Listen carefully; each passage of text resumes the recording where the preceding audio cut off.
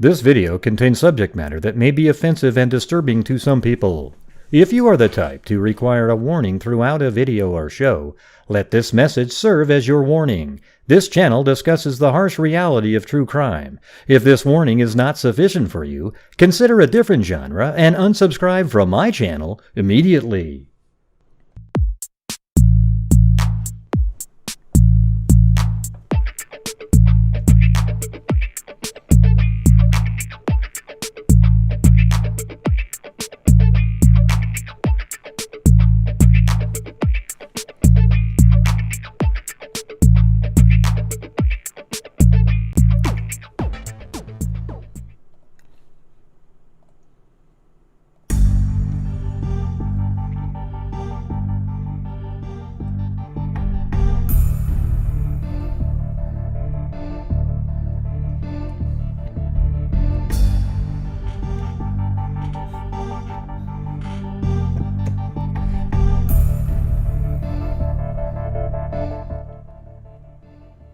Yeah, apparently that's what I used to do.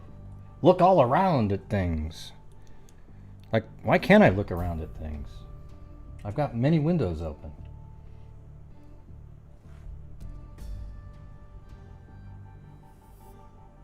I don't know what that means, you lost. No idea what that means. Oh yeah. No, I'm just looking around really fast. No, I wasn't lost. Yeah, I don't know. I'm only going to do that paranormal thing like once, maybe twice a month at most. You know, it's just sort of like nobody's there and just kind of, you know, people are going to run out of stories. You know, I don't want to just be staring at the screen. And I don't want the same people calling in every single time, you know, like, oh yeah, I got another one, I got another one, I got another. Yeah. All right, so that was the intro, but I came up with another one. What do you guys think of this one? Hold on, let me go find it. I want to see if you guys think it would be all right to put this one in. All right, just a second. Here we go. All right. Let me turn down this audio for a second so you can hear the other intro. It was the one that I wasn't sure, but maybe I'll put it out there. Here we go. This video contains subject matter. This video contains subject matter that may be offensive and disturbing to some people. If you are the type to require a warning throughout a video or show, let this message serve as your warning. This channel discusses the harsh reality of true crime. If this warning is not sufficient for you, then stick a hot poker up your ass. Please consider a different genre and unsubscribe from my channel immediately. Okay, do you guys like that one? Should I go with that? This video contains subject matter that may be offensive and disturbing to some. Oh, yeah. That was fun making that one, okay? Yeah, it was, I had a good time. I made myself laugh. Yeah, well, it's just so lame when people, they're watching true crime and they bitch about having, oh, that was too much for me. Well, listen, don't watch it then, okay? Because true crime is shitty stuff, right? It's interesting, but it's not like happy times, all right? It's unreal. I mean, I don't even know what the hell somebody's doing when they're watching true crime and they can't handle something. Don't do it then, all right? My God. So obvious. Like there's an obvious answer to what you should be doing. Don't watch. Watch like the cartoon channel, or you know, some kind of a arts and crafts. You know.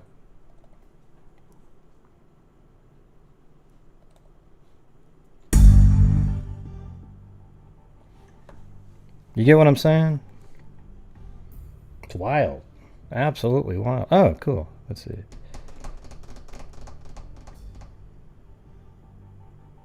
I got a message back from Misty over here.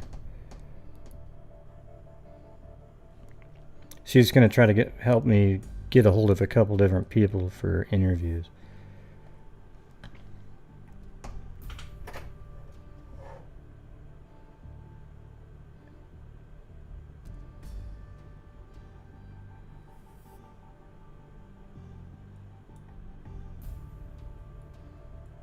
I'm not sure what you're talking about, Selena. You got me confused. I can see you, Amy. Why would you think you're blocked? I don't know.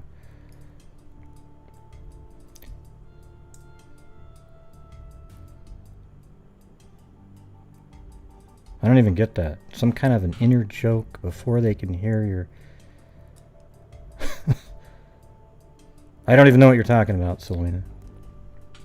It's you're all over the place. I mean, I don't know what you're saying.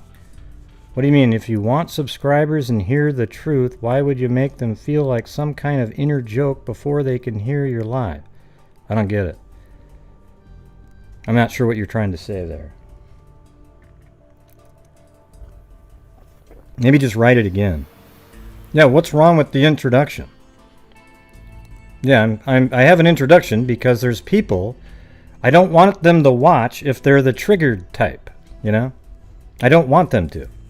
So if they don't want to watch, then they can not be here. So I'm telling them right off the bat, so I don't have to put a warning message every 2 feet, you know, not 2 feet, every 2 minutes about what we're talking about, right? I don't know why that doesn't make any sense to you. Seems pretty obvious. Because I've got messages, gosh, Gray, you put up a picture and it was really startling, and oh my God, I look forward to your response. What are you going to do about it? Oh yeah, that was just a joke, Selena. Did you not listen to it? I think it's funny to people that have a sense of humor, Selena. You know? Right? Because they wouldn't be offended if they're not one of those people. Right? It's just the people that would do that would be offended by it. Yeah.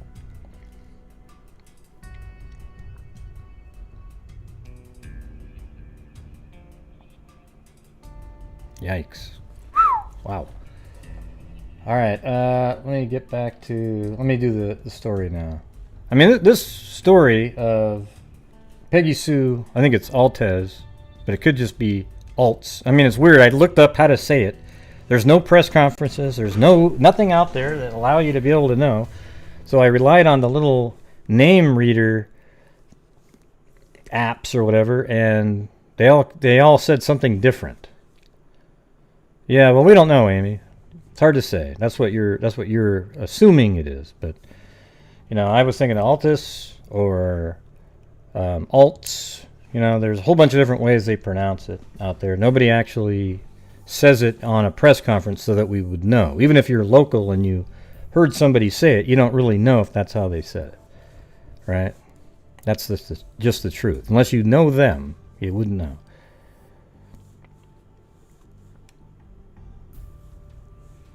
Yeah, I won't be changing anything on the show for the triggered people. But I'll let them know that there might be something. Okay, but listen, this case right here is insane. I don't know if I've heard of a worse case. I mean, it just feels like this girl was just put through like torture and shit for, you know, all different kinds of people, and it's not solved. Tears of joy, person face bombing, love you as you agree, thumbs up. Probably the worst part about it is it's not solved. You know, it's like, how isn't it solved based on all the information that we have out there? It's crazy. So I've got a ton of PDF files, so I'm just going to go through them. And I hope you guys, hey, thank you, Stephanie. Stephanie K, thank you very much. All right, so here we go. And I've tried to find different locations. The one news article had the wrong, well, I don't know, they had 445 as the address, which is, or 443, which is this church. And then the 445 I found using a website, so I think that was a typo that said 443. And then 445 is a park now, but if you go back in time, that looks like that was a house at one point, right? Like, so that's 1992, but now it's a park with a swing and so forth. All right, so just to get that out of the way now.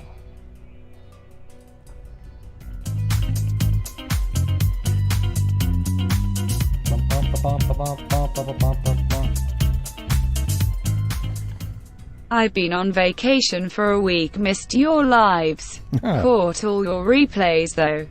So good to be home. Missed you guys. I love you freaks heart. Well, good to have you back, Carla. All right. So here we go. Here's the... I went back and found all the sort of, tried to put it all in order in a sequence so it makes sense. So anyways, here we are looking. Hunters find the body of a girl. The nude body of 11-year-old Indianapolis girl has been who had been shot in the neck was found in a field in southwestern Hancock County Saturday. The victim was identified as Peggy Sue. We'll go with Altes. Okay. Peggy Sue Altes. Hey, thank you very much, Richard Watts.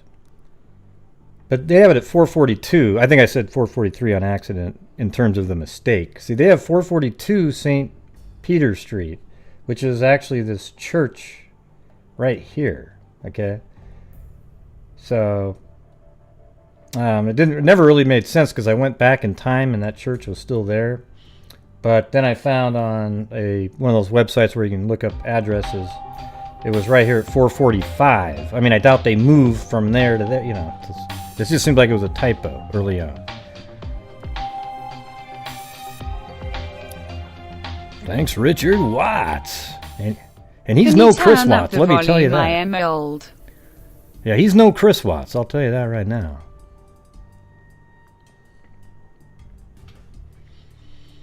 Okay, so the victim was identified as Peggy Sue Altes, 442, or it should be 445, St. Peter Street, according to Hancock County Sheriff's.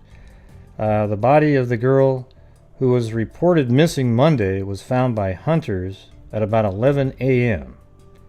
So this is Sunday.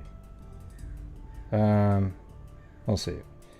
Who was reported missing Monday. So she was reported missing the whole previous Monday before and was found by hunters at 11 a.m. So I think she was found on the day before, on the 17th. Okay. Her parents identified the body late Saturday.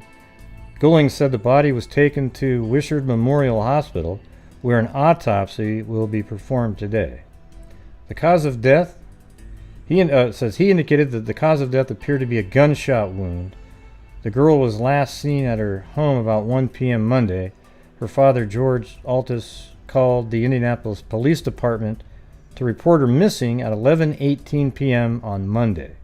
And that would have been Monday, the 12th of November, 1984. The body was found about 2 miles south of US 40 near Jacoby Road, Goulding said. So I think I have the location right here. Let me just, I'm sure this is 40, yep. So let's just see how far I have it right here. I bet I'm almost exactly right on it. Yeah, 1.98 miles. What are the odds of that, huh? I'm on 1.98 miles. I just took a guess based on the description. So right there.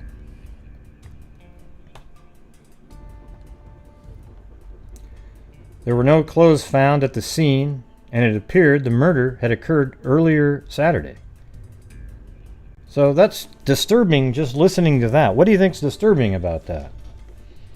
That the murder occurred, it looked like, they determined, the officers did, detectives, that she had been killed earlier in the day Saturday. One of the articles says a couple hours before. Right. That's right. So what it sort of tells me is that she was found on the 17th and went missing on the 12th. So what was she doing for those 5 days if she was killed on the 17th? I mean, what a freaking nightmare, right?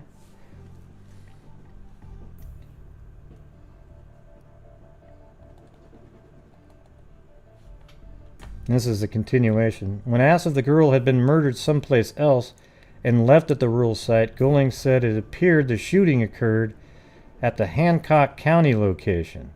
He said there was no attempt to conceal the body. Police will, I think later on they determined it wasn't a gunshot wound. So, man, I mean, that's pretty poor initial analysis there. Police will continue their search of the area today. On Saturday, police from the Hancock County police agencies, area, and then on Saturday, police from Hancock County Police Agency, reserve officers, and explorer scouts assisted the search of the field. Goling indicated some evidence was recovered at the scene, and investigators would try and follow up on several possible leads. Okay, and then police checking for links in death of 2 cousins. I mean, this is just one of those weird things. I don't know if they're not all sort of connected somehow, though. It's kind of strange how it's all, it's just sort of these family members. And, you'll see. Anyways, police are trying to determine if there's a link between the deaths of 2 cousins. One, an 11-year-old girl, that's Peggy Sue, whose nude body was found by hunters.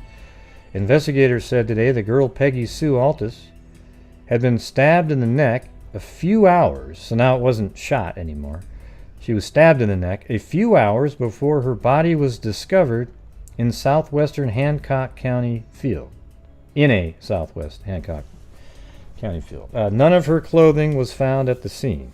A cousin of the girl, Franklin Altes, 24, of Indianapolis, was found dead Sunday morning in his car. So this is the day this article, this came out Monday. So the date of the article from the one I just read a minute ago is when he was found dead in a house garage. Thanks, C. Dorton. Red Hot Poker Fund. Now back to you, Jim Zany Face. Back to you, Jim. Thanks, C. Dorton. Yeah, so investigators said today the girl, Peggy Sue Altes, had been stabbed in the neck, and then right down here, a cousin of the girl, Franklin Altes, 24, of Indianapolis, was found dead Sunday. So that would have been on the 18th. She was found on the 17th. It was reported on the 18th. And when that was being reported, he was killing himself in a garage of his family's home. The car's engine was running when the body was found, police said, adding he apparently died of carbon monoxide poisoning. Now, was he killing himself because she died? Well, I mean, that's possible, but why would you kill yourself when a cousin dies? Well, you might think, hell, maybe he's had something to do with something. Right? But anyways, let me move on now. Police said, adding that he apparently died of carbon monoxide poisoning. An autopsy was scheduled today. The girl found dead Saturday was reported missing at 11:15 p.m. on November 12th. And remember, she was found on the 17th, and they stated that seemed like she had just died 2 hours before. However, I'm thinking myself that could be an error because there was snow on the ground, and maybe it just preserved things and they just weren't quite sure. I don't know. Police said they had no suspects. They said snow hampered the search for clues Sunday in the field. Meanwhile, members of the child's family complained of what they thought was a lack of concern by the Indianapolis State Police. And then the mother said the child's mother was not very cooperative, or they're saying that she wasn't very cooperative, perhaps because of previous dealings with the Indiana State Police Department, Missing Persons Division. The child's older sister, so Peggy Sue's older sister, had run away 17 times between April 1983 and June 1984. So in a 14-month period, she ran away 17 times. Peggy's missing report was handled routinely, which included putting her name and description into a state national computer system. Also, Gra said 51 people were reported missing last week, and I'm only one detective working the whole city in the evenings. Well, then that probably does mean that you didn't take it, you weren't able to do as much as you could because you just said how overworked you were. Hancock County Sheriff Nicholas R. Goling said Sunday his deputies were conducting interviews, some with members of the girl's family, in their search for a suspect. Okay, then there's another article. Police check on family link and girl slangs. That's basically the same article. There's Peggy Sue Altes right there. Yeah, I'm not sure. I'm kind of leery of sort of the parenting going on here. It's just a lot of weirdness. And Indianapolis Police Department homicide detective have assigned to his... I mean, why would you report your kid missing at 11:15, by the way? I mean, if you have an 11-year-old missing, you're reporting them missing an hour after they're not where they're supposed to be. I mean, and if 11:15 is that, then why is an 11-year-old staying out till 10:15? I don't know, just that kind of shit bothers me a little bit.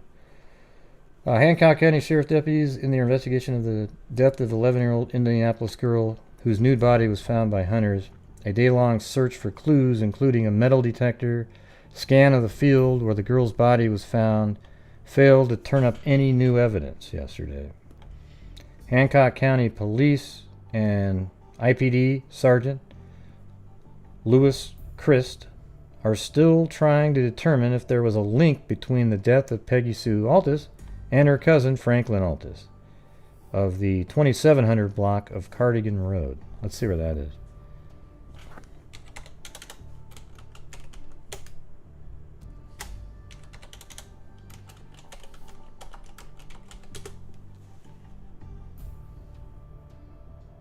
So that's where, somewhere around in this area. Cousin killed himself.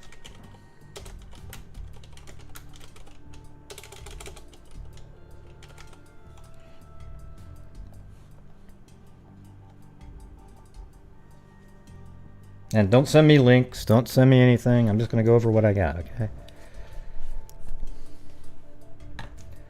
The car's engine was running when the body was found, police said, adding he apparently died of carbon monoxide poisoning. The girl was found Saturday, and then he killed himself on Sunday.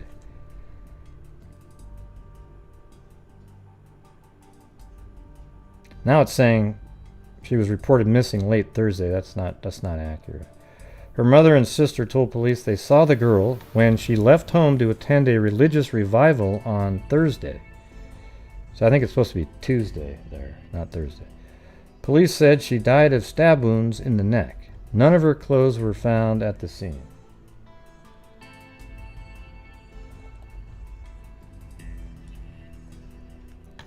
Okay, and then right here it says, an autopsy report indicates an 11-year-old Indianapolis girl was sexually assaulted either before or after she was stabbed to death and left in a Hancock County field, authorities said. The nude body of Peggy Sue Altes was discovered by hunters Sunday in a field about a mile southwest of the small community of Philadelphia. Authorities said the girl, last seen in Indianapolis Eastside Park, November 12th, died of stab wounds. So November 12th is, I think, a Tuesday. If, well, the other ones were easier to go by, but it was Sunday was the 18th. So if you go back, that I think that would be a Monday or a Tuesday.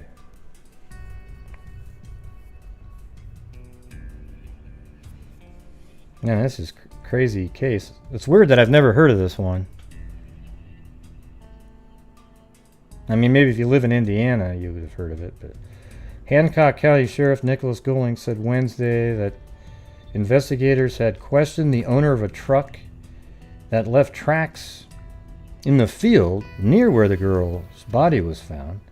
Goling said the interview proved inconclusive. Goling said the vehicle owner said he had recently bought the truck and drove it through the field last Saturday to test its off-road handling. So he's driving around in the field on the same day. I mean, there's just so much oddity to this one. I just came on earlier to do this because I might come back on later for you guys to do the, I don't know, if we want to do a call-in or something. I don't know. I'm not really sure. Getting kind of break. I need a break from the call-ins or something. I hate when the trolls call in. It always just kind of jades me to doing it. I hate it.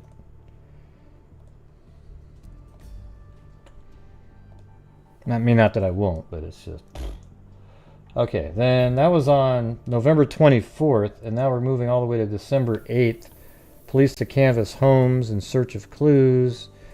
Basically, Hancock County Sheriff Nick Goling said Friday after a press conference in Indianapolis that his deputies and reserve officers and members of Hancock County law enforcement explorer post would help distribute flyers. They're just doing more searching. And 5 days after that one, hey, thank you.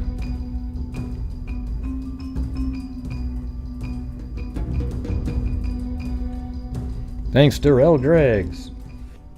Freaks. So here's a first suspect that they had. It says an Indianapolis man arrested Wednesday on 3 counts of child molesting is not considered a suspect in the murder of 11-year-old Peggy Sue Altes, Indianapolis police said. So a guy named, Jeffrey A. Lambert, 25, of the 100 block of Harlan Street is being held in lieu of $100,000 bond. But down here it says after interviewing Lambert, however, Homicide Detective Sergeant Louis J. Christ and Lambert said Lambert was not a suspect in the death of Peggy Sue. Thanks, Darrell Greggs. Okay, now we're just moving.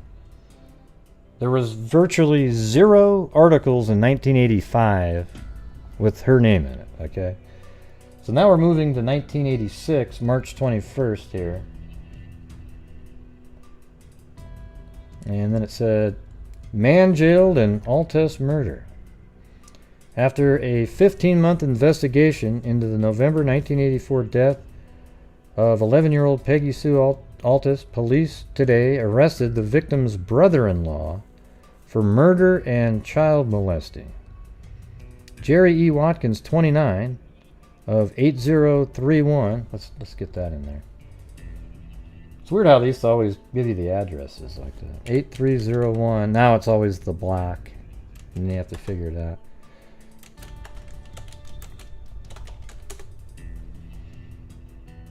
Oh wow, yeah, he's a little bit closer even. See, there's where she was found. He's found her. He's lived right here. I don't know if it looked different back then, but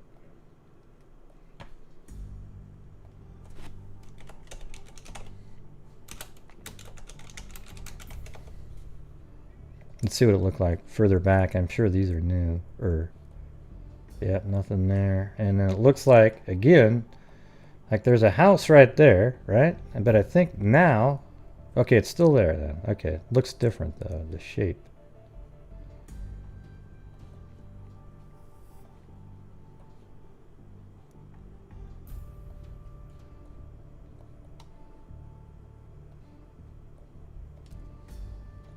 Yeah. So there you go. That's where Watkins lived. Watkins is escorted by Hancock County Sheriff's Detective Sergeant John Munden and Captain Malcolm Grass was brought to Hancock Jail about 8:20 a.m. Altes disappeared from her southeast side Indianapolis neighborhood 5 days before her nude body was discovered November 17, 1984, in a wooded area of Hancock County's Sugar Creek Township. Laboratory reports indicated the girl had been stabbed in the neck and sexually assaulted. So there was no gunshot wound. I'm not sure why they said that initially. Watkins was released from prison earlier this year. So check this out. This is the brother-in-law. So obviously she has a much older sister at some, like a 20-something-year-old sister who's already married to a guy that's 29 years old.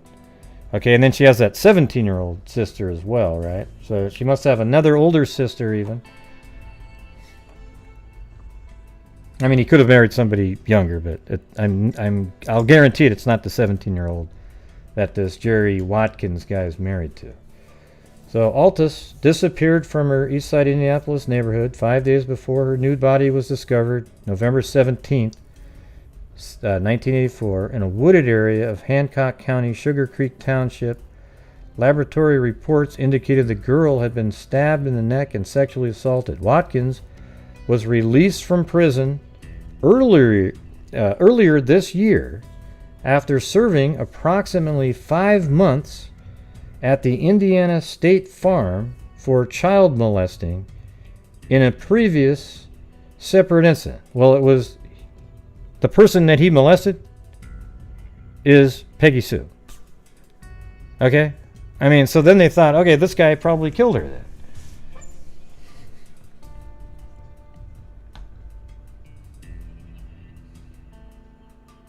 The molesting victim in that conviction is believed also to have been Altes. The slain girl's brother-in-law was arrested last summer. So right now we have a cousin who killed himself the next day. We have a brother-in-law who had previously molested her. The slain girl's brother-in-law was arrested last summer for that molestation and was sentenced to prison August 14th. Goling said Watkins had been a suspect in the murder since the initial stages of the investigation, but declined to discuss any recent developments that may have brought about the arrest. A search warrant was served at Watkins' home shortly after the body was found. The search uncovered some evidence, but I'm not sure it was critical evidence. In a prepared statement, Goling said the arrest resulted from hundreds of hours of investigative work. Let's see. In the statement, Goling also praised Indianapolis police. Altes' Altes had been to Porter Park near her South Street. Let me go to Porter Park. Let's see where that is.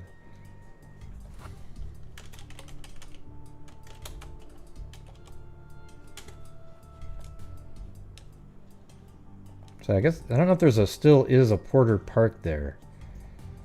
You know, what I found was, like, she lives right here, and they said there was a park about a block away, and I'm thinking this is it right here. That this was Porter Park, but look how absolutely, it's just, maybe they don't even have a name for it anymore, right?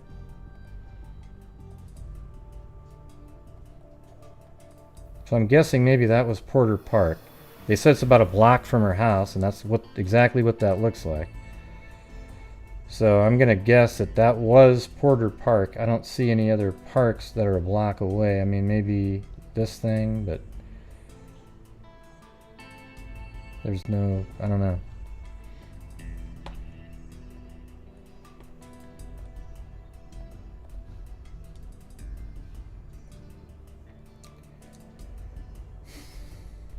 Near her South Street, Peter Street home on November, so that's where she was on November 12th, Veterans Day, but failed to return home, police said. So she was at that park and never made it home. Her body was discovered by rabbit hunters on a chilly Saturday morning 5 days later in a wooded area just west of Jacoby Road between CR 200S and 300S in Sugar Creek Township. The men had parked their vehicles beside the road and walked about 100 yards down a muddy, rutted path when they discovered the 11-year-old girl's body and called police. I wonder if that makes any sense.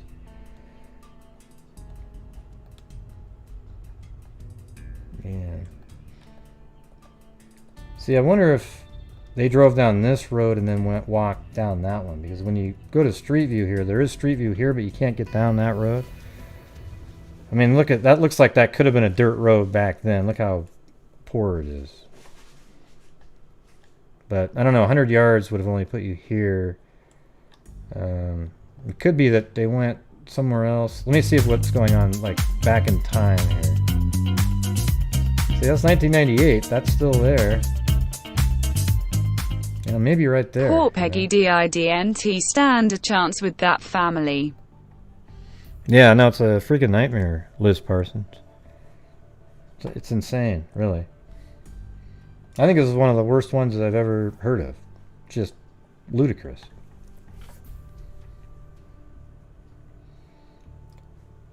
An autopsy conducted the next day at Indianapolis Wishart Hospital determined that the youngster died from a knife wound on the side of her neck that police had first believed was caused by a gunshot.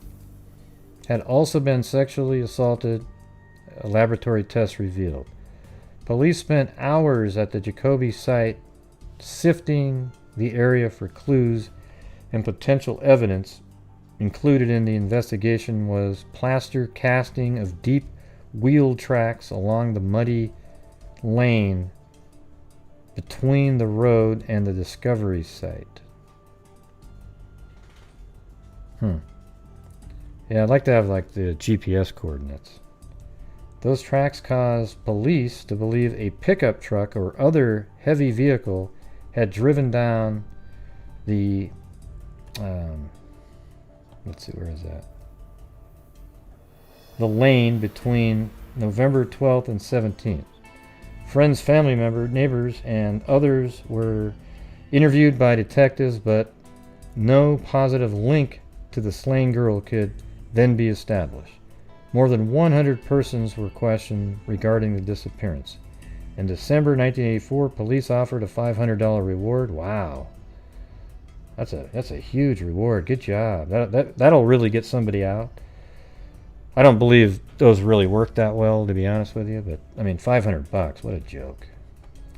The 11-year-old's death was the family's second tragedy that weekend. The slain girl's cousin, Thomas Altes, 25, of Zionville, was found dead in his vehicle the day after the youngster was discovered. God, see, it's almost like, he heard about it, and then he killed himself, right?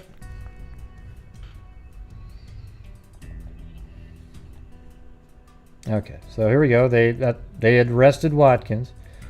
A trial date has been set for Jerry E. Watkins, 29, of Indianapolis, charged with the November 1984 murder of his sister-in-law, 11-year-old Peggy Sue Altes. And prosecutors in the case have asked for the death penalty. According to Hancock County Superior Court records, Watkins is slated for a pre-trial hearing at 8:30 a.m. May 12th, to be followed by the trial on June 30th. During the pre-trial proceedings, attorneys will exchange evidence and other information and try to determine if they will be ready for a trial on the scheduled June date. Hancock County Prosecutor Larry Gossett filed his death penalty request with other legal information. If Watkins is found guilty, the jury would decide whether to recommend the electric chair, and the trial judge would then determine his sentence for the crimes. Watkins was released from prison earlier this year and serving approximately 5 months at the Indiana State Farm for child molesting in a previous separate incident. The victim of that molestation also was the 11-year-old Peggy Sue Altes. He was arrested last summer for that molestation and was sentenced to prison August 14th. So this guy seems like, oh my God, he's the perfect suspect. Watkins arrested for the girl's murder Friday morning after a lengthy investigation. And let's see. So basically, they're just doing some pre-trial stuff here. Now we're moving to the 7th, a question of evidence here. Detectives investigating the slaying of an Indianapolis girl acknowledged that the suspect's alleged confession to a fellow inmate was the break they needed. But it really is much more than a turning point. The alleged confession is their case. That's it. And investigators are fortunate to have even that much. One investigator notes that authorities almost didn't learn about the conversation that they consider crucial in solving the killing of 11-year-old Peggy Sue Altes. This is one of those cases where there's a jailhouse snitch. Okay, and apparently it turns out, well, we'll get to that, I guess. Watkins is scheduled to stand trial June 30th. Let's see. Munden said the conversation occurred August 14th, 1985, as Watkins and Accurate shared quarters in a holding area adjacent to a Marion County courtroom. Watkins, 29, was awaiting sentencing for molesting Peggy 2 days before her death, which investigators say occurred November 12th, 1984.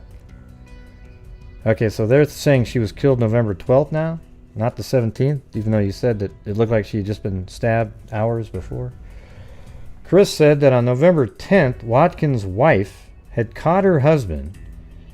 So just 2 days before she goes missing. Chris said that on November, listen how crazy this is. His wife had caught her, so the wife of Watkins, so that would be the sister of Peggy Sue, caught him in a position where she suspected he was molesting the girl. She later conferred with Peggy, and these suspicions of hers were confirmed. Peggy's nude body was found November 15th. That's not accurate right there. November 17th. See, it's crazy when you're reading through articles and you got these errors in them. Southwestern Hancock County. An autopsy revealed she had been sexually molested and stabbed numerous times, not just the one time. There were signs she had been choked. Hancock County Sheriff Nicholas R. Gouling, whose detective Munden and Malcolm E. Grass invited IPD Chris to assist in the investigation, said Watkins was a suspect practically from the beginning. Police obtained warrants on November 1984 to search the suspect's car and home. And see, it's weird that, the witness in his molestation is now dead. So you think, my God, he's a perfect suspect, right? Our primary thought throughout the entire investigation was to try and locate physical evidence to connect the perpetrator to the crime, he said. And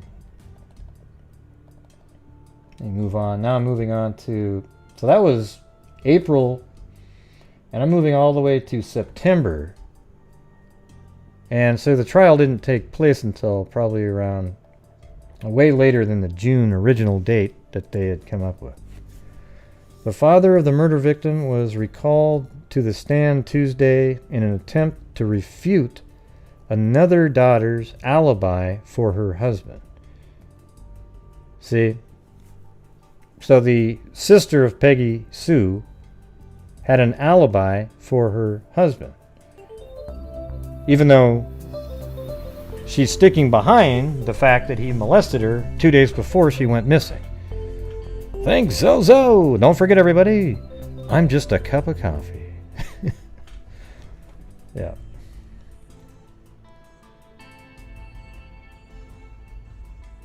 Watkins is accused of molesting Peggy Sue Altes, his 11-year-old sister-in-law, and then stabbing her to death in a western Hancock County woods between November 12, 1984, the day she disappeared from her East Side Indianapolis neighborhood, and November 17, 1984, the day her nude body was found.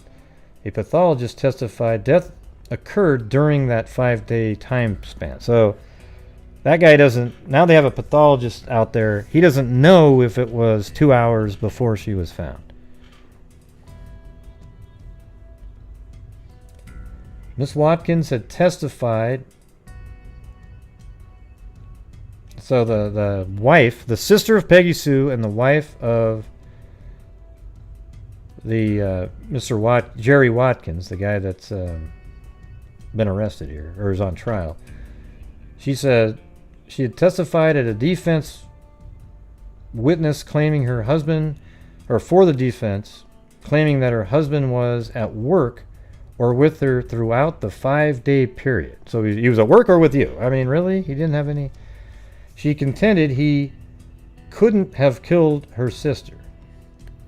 The defendant served 5 months of a 2-year prison term on a charge of molesting Peggy Sue Altes in an incident that occurred prior to the murder. While he was in prison, the question of whether he could have killed the girl came up at family discussions. said George Altes, the victim's father. Altes quoted his daughter, Miss Watkins, as once saying, I know whether... Let's see. I don't know whether her husband could have killed the girl. Then, on another occasion, he said... This is so small, this writing, it's hard to... When the family wondered if her husband was the killer, she said, I'm not sure. So that's what the wife said. She wasn't sure. You're an espresso martini grey. There we go. Thanks, Zozo. Gossett also called Indianapolis police attorney Ann Merrick, who said... Let me zoom in on this shit. There we go. Who said she was acquainted through a civil suit with another defense witness, Lisa Horaci. Man, I can't even pronounce that one. She overheard Dennis Ackeret, the state's key witness, admit he had lied when he testified Watkins confessed the murder to him. Miss Horaci was an inmate in the Hancock County Jail at the time. She claims to have overheard Ackeret tell someone on the jail telephone that he had made up the confession in hopes of getting his prison time on a burglary sentence reduced. Miss Merrick testified she understood Miss Horaci had been known to fabricate stories.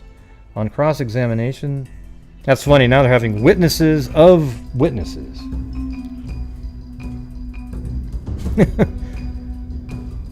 Hey, no problem, Denny.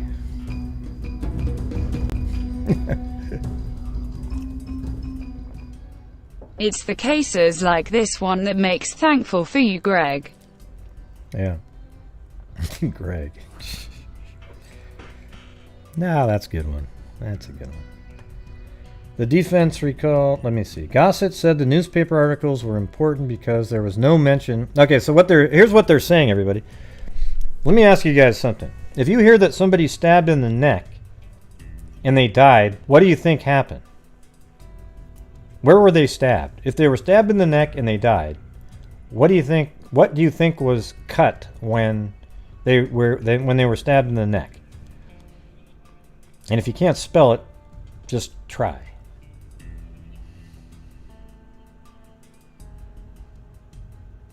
Right. Right, exactly, right? So that's right. I mean, that's what everybody thinks right there.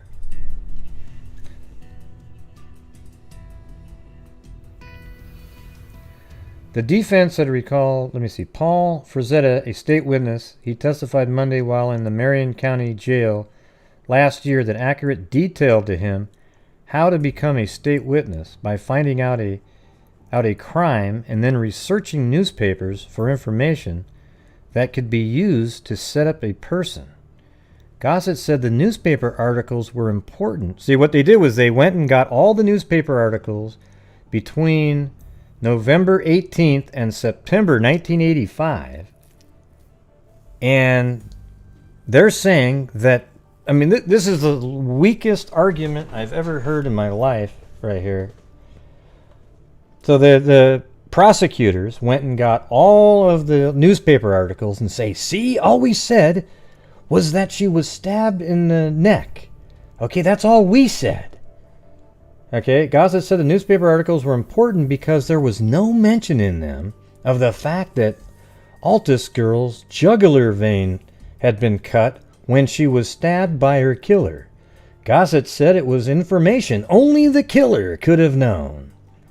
Ackeret had testified that Watkins told him he stabbed the girl in the jugular vein. Okay, does anybody just think that that's ludicrous right there? Because I do. See, that's ridiculous right there. I mean, as soon as I heard she was stabbed in the neck, I go, oh, yeah, right in the jugular vein. Yep. So they're saying because the newspaper articles never once mentioned jugular vein, that only the killer. See, I hate shit like that, okay? So now I'm in this weird position where now I'm sort of defending the, this monster just in this little portion here. Gossett also called 2 jail officers, Sergeant Bud Gray and Robert Hudson, who testified about the layout inside the jail. Gossett had asked what the jury... That's amazing that they had all this testimony of other witnesses trying to debunk their jailhouse snitch. Okay, so here we go. Now we're going to September 23rd. Jurors vote against death penalty after Watkins denies killing girl.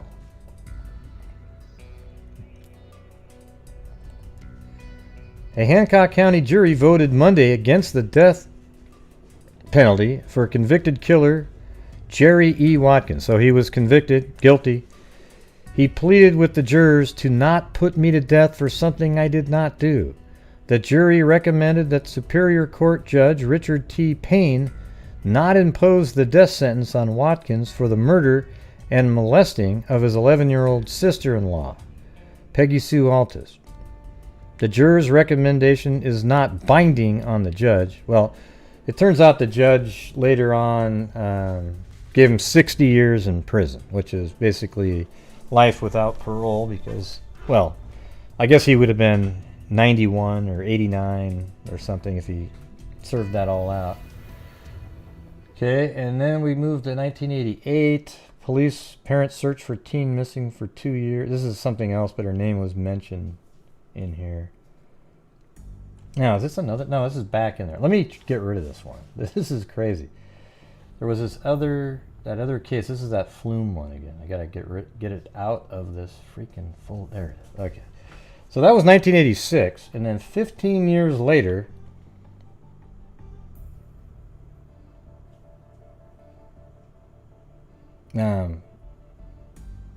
right here, this is 1984. It says this is Jerry Watkins right there. The Hancock County Sheriff's Department has been working hard to solve the slaying of Peggy Sue Altes, an 11-year-old Indianapolis girl who was raped and killed in what date is this article there? Yeah, this is 2001. The case was reopened last year after a federal judge overturned the 14-year-old murder conviction of Jerry Watkins right here. So the judge overturned that. And you know why? Because his DNA wasn't the DNA that was found inside of Peggy Sue. The case was reopened last year after a federal judge overturned the 14-year-old conviction. Watkins, who was the slain girl's brother-in-law, admitted molesting Peggy Sue shortly before her disappearance and was convicted in that unrelated incident. However, he professed innocence in her death. DNA testing and other evidence helped persuade U.S. District Judge David F. Hamilton to free Watkins, who has since sued the men who investigated and prosecuted him.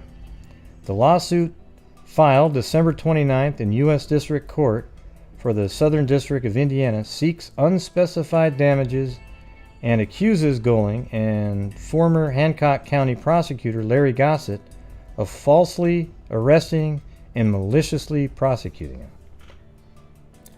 See, but what's crazy here is this guy is a piece of crap. But it looks like he didn't do the murder. I mean, so then you start going, God, what kind of a nightmare world was Peggy Sue living in? You know, you didn't want to live in Indiana in 1984, let me tell you that. Watkins alleged that prosecutors and investigators withheld eyewitness testimony, which provided him with an alibi from his attorney. The witness had told police he had seen Peggy Sue abducted at a time that Watkins was at work. Watkins also accused the detectives and prosecutors of ignoring polygraph exams and cleared him of guilt while providing a notorious prison informant with information helpful for his testimony against Watkins. Oh, there goes Chloe. Hey, thanks, Nona. Yeah, I went over this too quick the other night. It got kind of weird, so I figured I'd just go over this again today. I got way more information now. So now I mean, you guys are right now. We're on a good path, right? Like you guys are all understand how we're at where we're at, right? I mean, this guy was a perfect person. You got to admit. Interesting case, Gray. XO. You got to admit, Jerry Watkins was an absolutely perfect suspect in the case. He had just molested her 2 days before, and you could make an argument that he was trying to take out the witness. I mean, he was perfect. But it's lame when prosecutors do this stuff. You know what I'm saying? I hate it. That's why I feel like prosecutors should have to serve jail time for just making stuff up sometimes. Because they just went, I bet you anything that they convinced that, quote, jailhouse snitch to come up with something.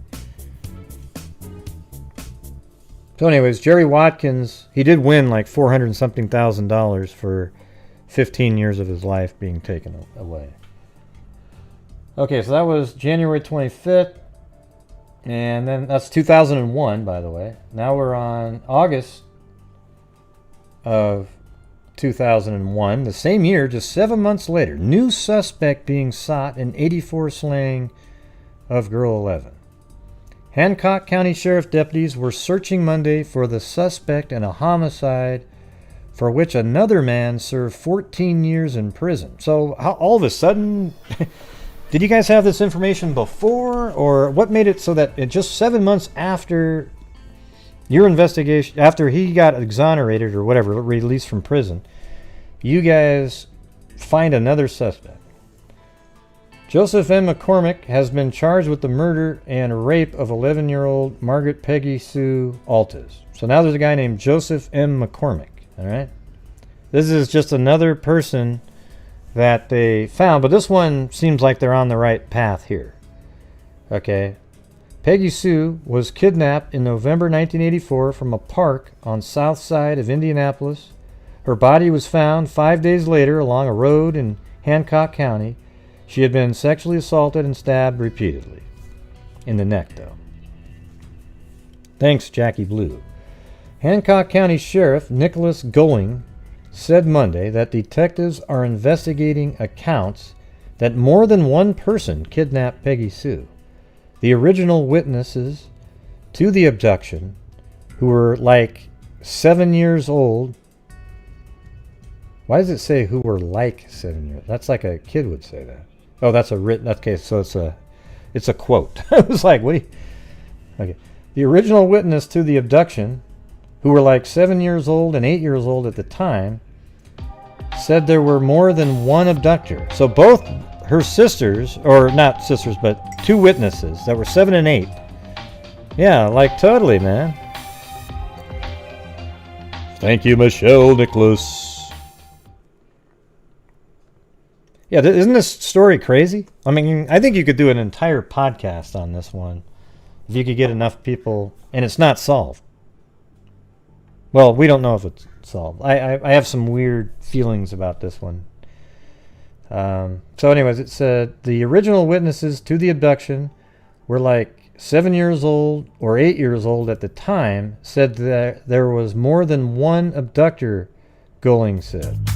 So the sheriffs use that phrase like. I mean, I say that too, but I try not to use it every second. Good evening, freaks, mods, Gray and our mascots, Blues and Chloe. Hit that thumbs up, revolving hearts, throwing kisses. Thank you. The original witnesses were, they were 7 and 8 years old, and the information we received subsequently indicates there was more than one. So the two witnesses saw that there was more than one person. Hey, wow. Hey, thanks, Ashleela Smith. Wow. Well, right there, that's already a minimum of $25 to the donations at the end of the month. Woohoo!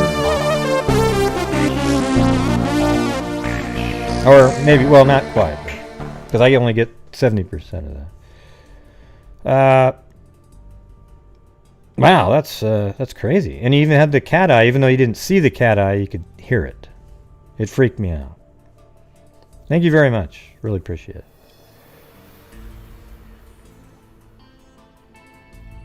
Haven't got too many of those.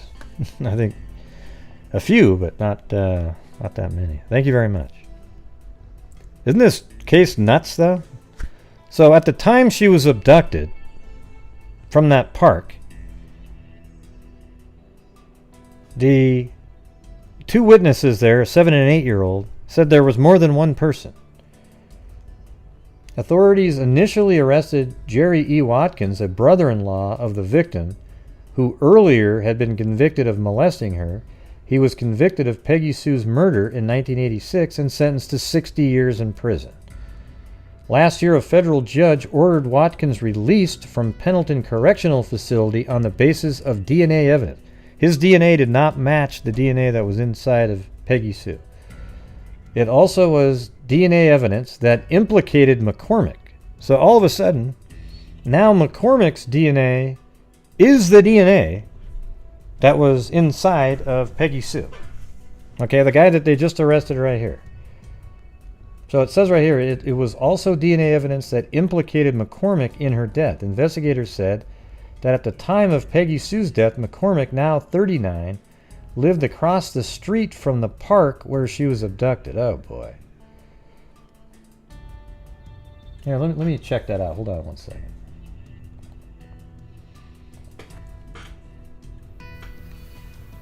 Yeah, this is absolutely nuts, this case here.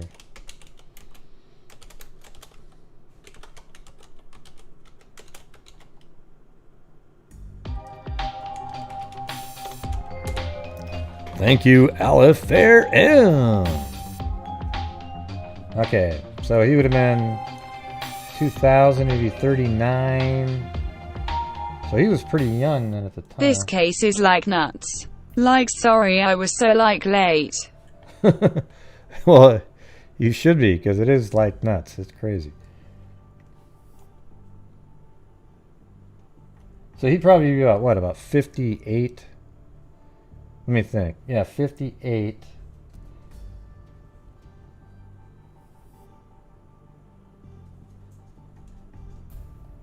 Here, let me try some of these. I think I found him right here.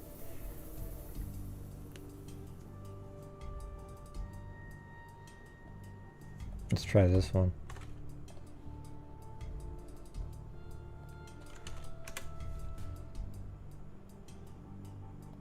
Okay, that's different.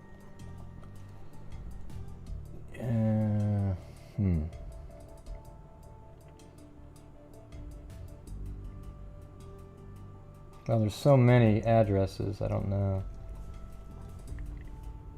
I'm not even sure this is the right guy, because he was in prison for... Okay.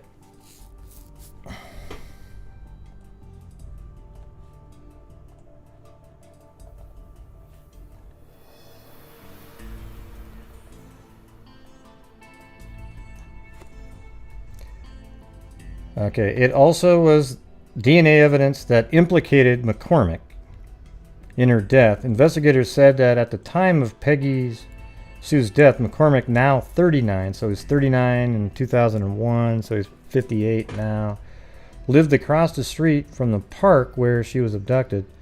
The Indiana State Police keeps a statewide DNA database. A sample collected from Peggy Sue's body matched one kept on record from McCormick, reportedly obtained when he was serving time on an unrelated conviction.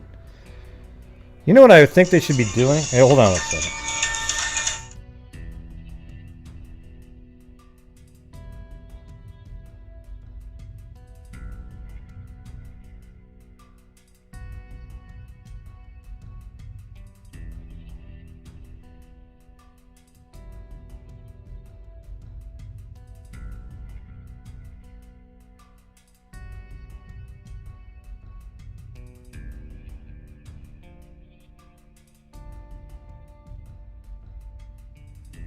Ah, that was my brother calling. It's his birthday today. I called him earlier, so. If you see him in the chat, say, look it, look it, look it, look it. Okay. Watkins since has filed a lawsuit against Wait, what was I gonna? I was thinking of something right here. Yeah, well, here's what they should be doing: is why don't they constantly have a computer program testing known DNA with inmates? Just it's always churning out. Like you don't have to specifically say, "Hey, I need to do a search," because they would have found this DNA sample before, and maybe they would have let that guy out of prison, Watkins, even though nobody gives a shit about Watkins. They would let him out earlier, right? But why don't they have something where it's just constantly comparing new DNA samples with every single DNA sample out there? Don't you think that's a decent idea? Just have it, it's just running all the time and it just keeps spitting out hits. And anytime there's a hit, it might flag it as, okay, we don't need to say this one, we already have it. You know, make sure somebody has to consciously type in something like, this one's been resolved, and then it'll remove that from any continual searching that it's doing. It just seems like it should always be doing that, and then it sends like an email out to the appropriate detectives and departments related to those cases. Doesn't that make sense? It seems so obvious in today's world that it would just do that. Wow, everybody's saying happy birthday. Yeah, remember my brother, he came on talking about COVID? A rational mind amongst a sea of wackos.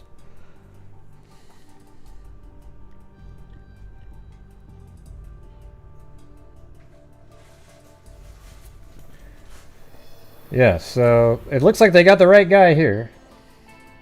And then let's see. They were looking for him. They hadn't found him yet. And then he turned himself in. The suspect in a murder for which another man served 14 years in prison surrendered to Hancock County Sheriff investigators on Tuesday. Joseph M. McCormick, Jr., 39, turned himself in at the Greenfield Police Department shortly before noon. He was being held without bond Tuesday at the Rush County Jail because there was no room at the Hancock County Jail. McCormick has been charged with the murder and rape of 11-year-old Margaret Peggy Sue Altes, whose body was found along a road in Hancock County 5 days after she was kidnapped from an Indianapolis park in November 1984. Jerry E. Watkins, a brother-in-law of the girl who earlier had been convicted of molesting her, was convicted of her murder in 1986 and sentenced to 60 years in prison. Last year, a federal judge ordered Watkins released from Pendleton Correctional Facility on the basis of DNA evidence, which also implicated McCormick in the death. McCormick told police he heard through media accounts that he was wanted by deputies. Hancock County Sheriff Nicholas Goling said that detectives are investigating accounts that more than one person kidnapped Altes. The original witness to the abduction, who were, it's saying it again, were like 7 years old and 8 years old at the time, said there was more than one person involved.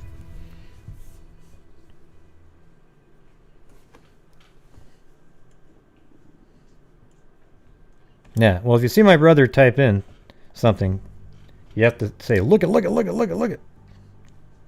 Because he said he was going to show up here. I don't know if he's...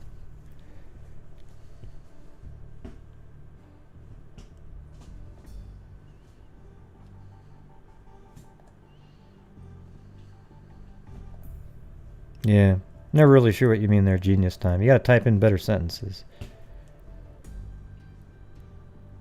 No, his name is Grant. Or I call him Graham Kiln. I call him this. And there's no real reason for it. It's just,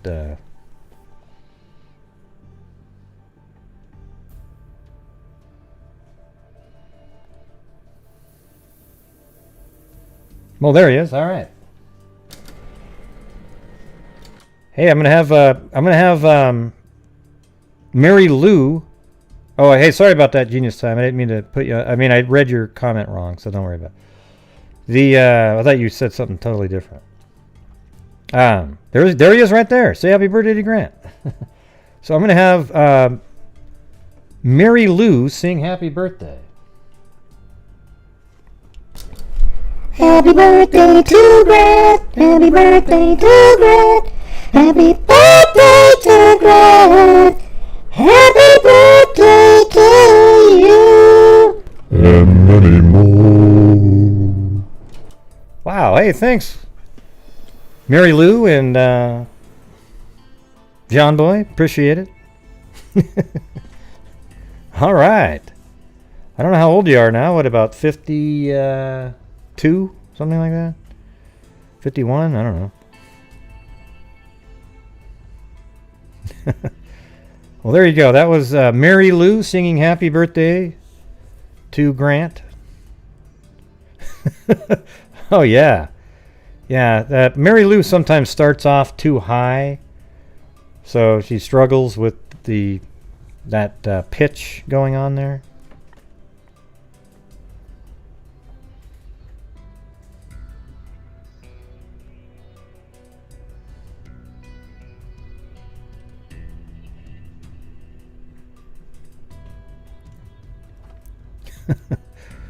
Yep, everybody's saying happy birthday to you.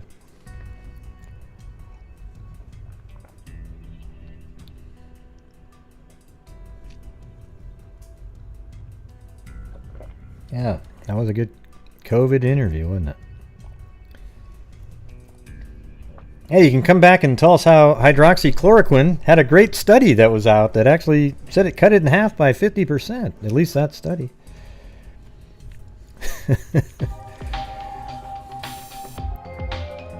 Well, thanks for sending me money, Stephanie K, on my brother's birthday. It's always good.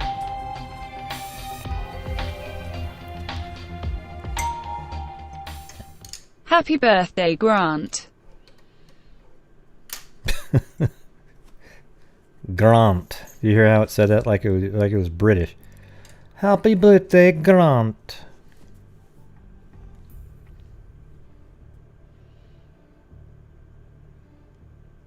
Yeah. So you guys following along completely on this story? Uh-oh, hold on. What's the hold on for? Uh-oh. Oh boy, here we go.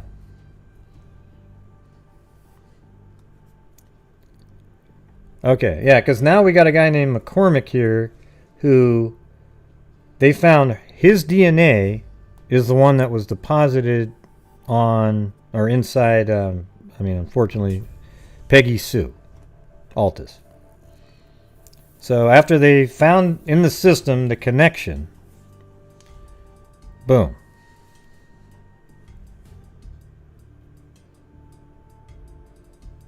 Yeah. All right. So now I'm going to move on to the next article here. We're about 60% through, 65.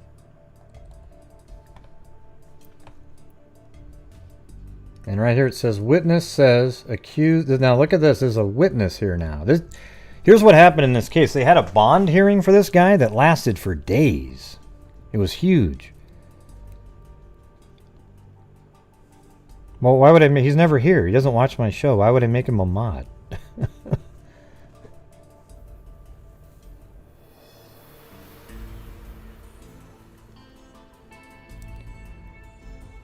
Well, thanks, Carla Hussey. Yeah, nobody in my family really watches my show. They get enough entertainment from me just in person.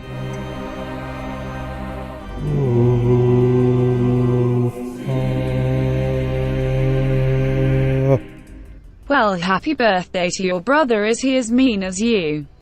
LOL smiley face ROFL. Grant is so mean. He's just as mean. He's even meaner. Well, how do you know? I don't know. I'm just guessing, but I bet you anything he's way more mean. Jeez, Mary Lou, you don't even know the guy. What the hell are you talking about?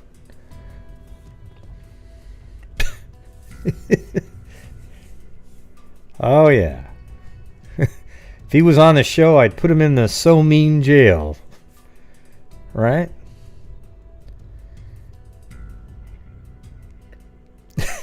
Yeah, we used to play this thing where, poor Grant. Look at that. My brothers used to beat me up when I was little. It was all just fun and games. Right, Grant? It was just fun and games. Of course, you were always the victim of the fun and games, but, you know, what difference does that make? It's still fun for everybody but you. But yes, it's...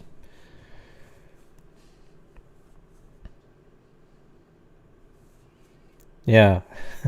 I do feel bad about the times where we actually did something wrong and then blamed it on Grant and then he got in trouble for it. You know, those are times, you know. I mean, I already got spanked so many times. I mean, why can't he get spanked?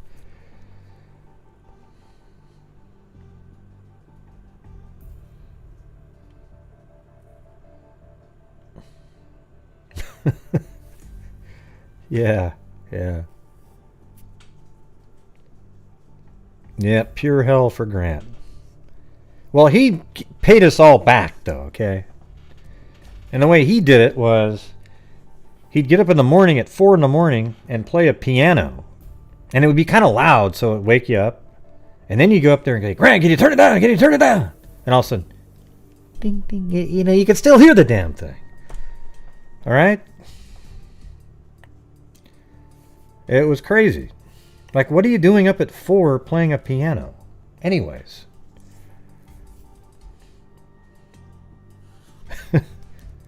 Yeah, so he got us all back. The funny thing that we used to do, me and Garrett, my brother that passed away in 1986, we used to go in there, into his room when he was just dead asleep.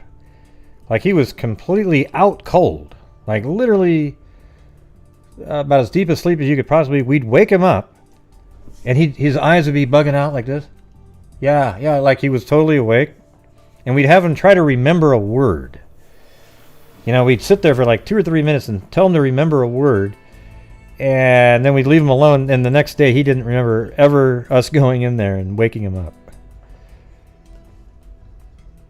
No, but he wasn't even in piano school, Debbie. So he just was doing it. I think he was only doing it to tease everybody. Actually, he wrote some really cool music. He still plays with like 2 fingers, though. He doesn't have the... Yeah, I mean, look at that. We used to beat him up and do experiments on him. See, look at the poor Grant. Oh boy.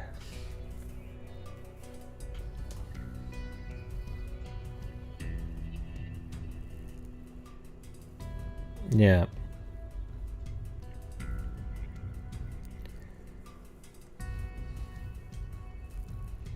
Yeah, he did write some good... well, those are the experiments, when we'd wake him up in the middle of the night sleeping and try to get him to remember a word. Well, we got a stepsister, but... yeah. Well, thanks, Grant. I'll send you your check later, okay?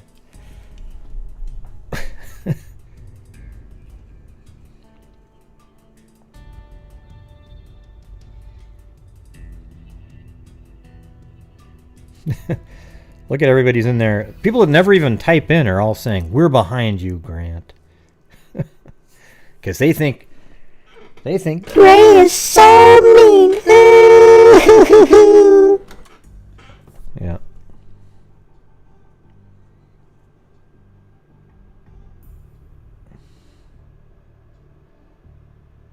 Yeah, we didn't tie anybody to a tree. That was a guy named Lars. It was a dog, though. He was a sick person.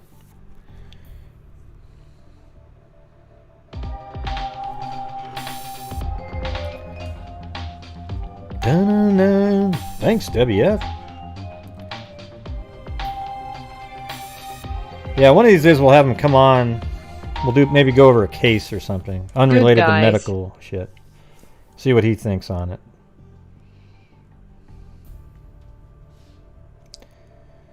Okay, well, happy birthday, Grant. I'm going to go back to the show now, but thanks for showing up there, and thank you, Mary Lou, for the beautiful rendition of Happy Birthday.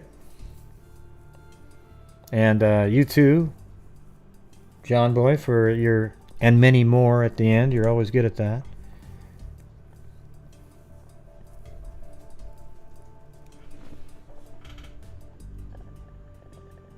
Thank you, Debbie F.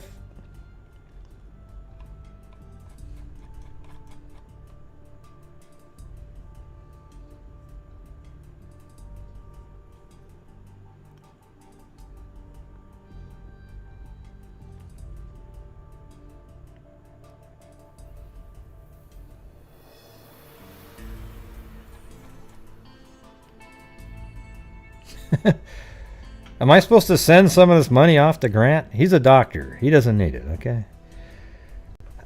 Thank you guys, though. All right, have a good one. I don't think it was mine. I remember my stomach growling. It does that often, though. Happy Who cares? birthday, Grant. An awesome show. Gray, growing heart, growing heart.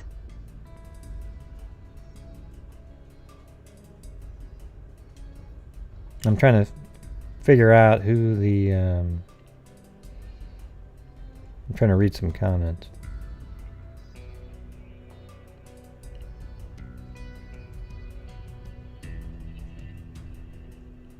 I can't remember. I can't find the one that Grant was referring to about Michelle 2L. I don't even know where that is. I'm going to have to go back up and type it in. Yeah, I don't. That her name only shows up when you typed it. I don't. Is there somebody in? Oh, Michelle Nicholas. Oh, I see. No, there is a Michelle 2L. Oh, sorry to hear about that.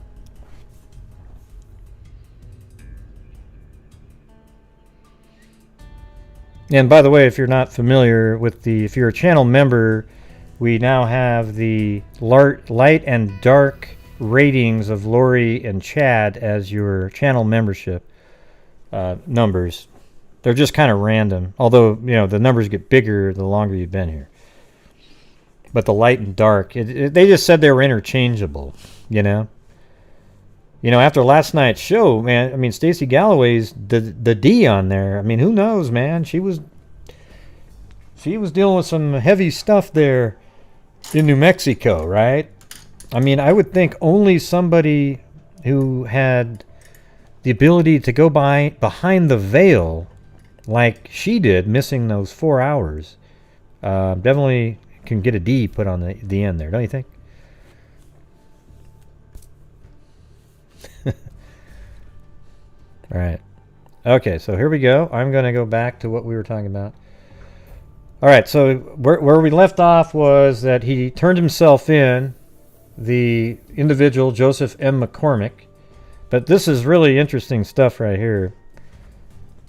So this is a witness who was there, apparently. Check this out. A man describing himself as a witness to the death of 11-year-old Margaret Peggy Sue Altes testified Monday that a man accused her of murder did not act alone. So the guy that, accused of her murder did not act alone. So what he's saying is that Joseph M. McCormick did not act alone, and this guy was there. You guys ready to go back to this?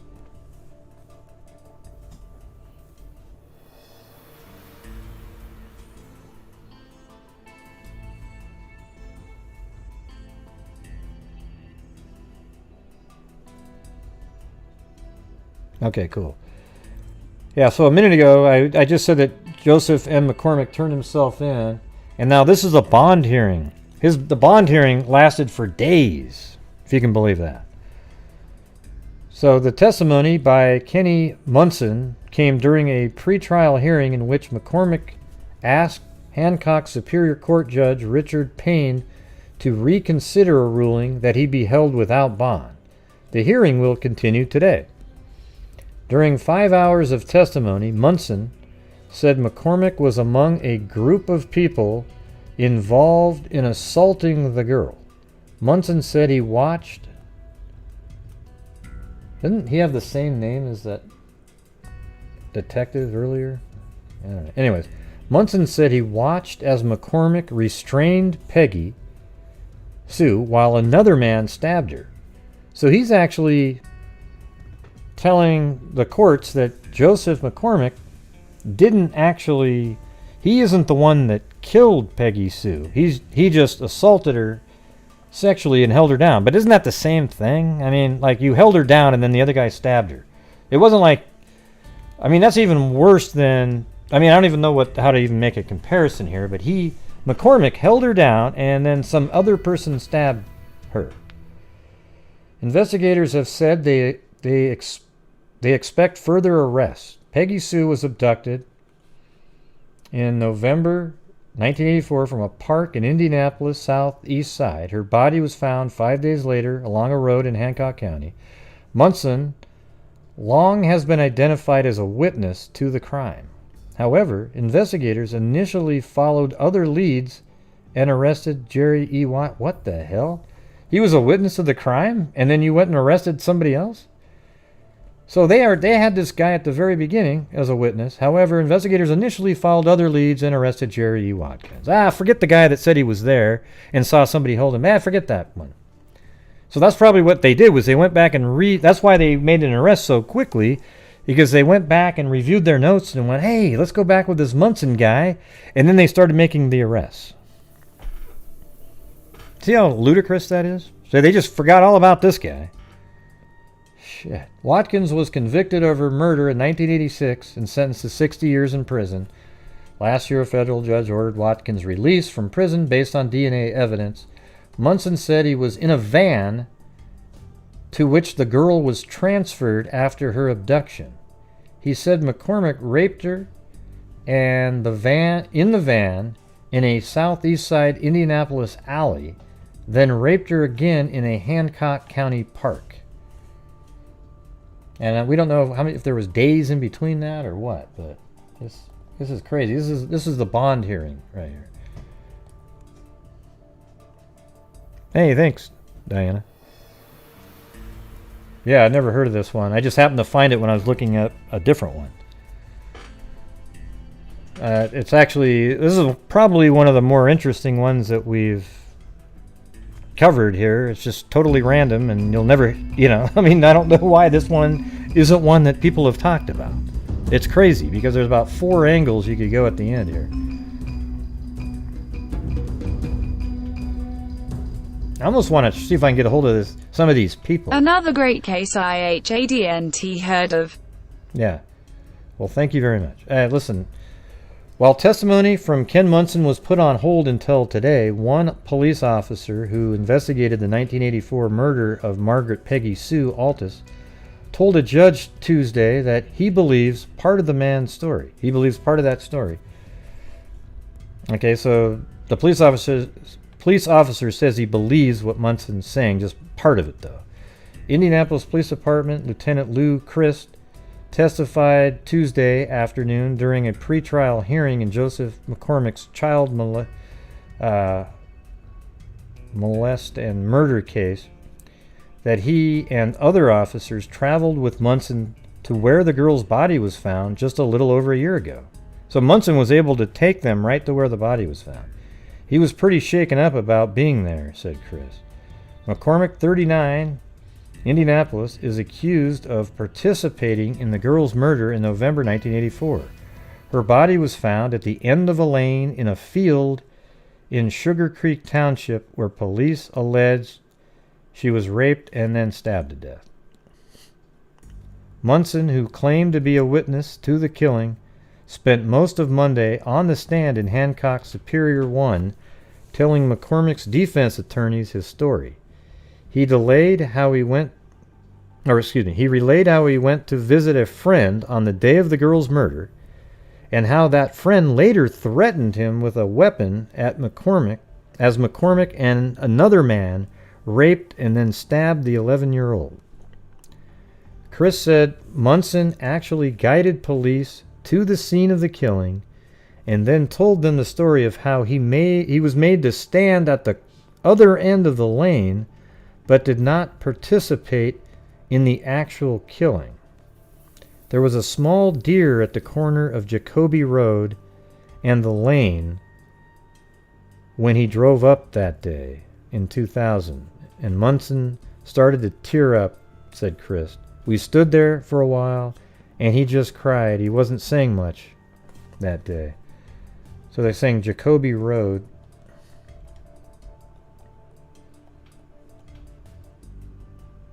Yeah. See, this is 300. This is Jacoby Road right here. So I have the right road and everything. So when they say a lane was, I don't know if it's something off of Jacoby Road. And where did they have him waiting? It was definitely between 200 South and 300, as the one article said. So it's possible, you know, it was all the way up into this area, because this is still Jacoby Road. And he was made to stand at one end. So let's go. This is 1998. So I don't know if 12 years before this or 14 years before this, if there was even a house right there. But let's just pretend this is a lane. They would have had him stand out here to make sure nobody was coming. And then the other two guys were doing what they were doing.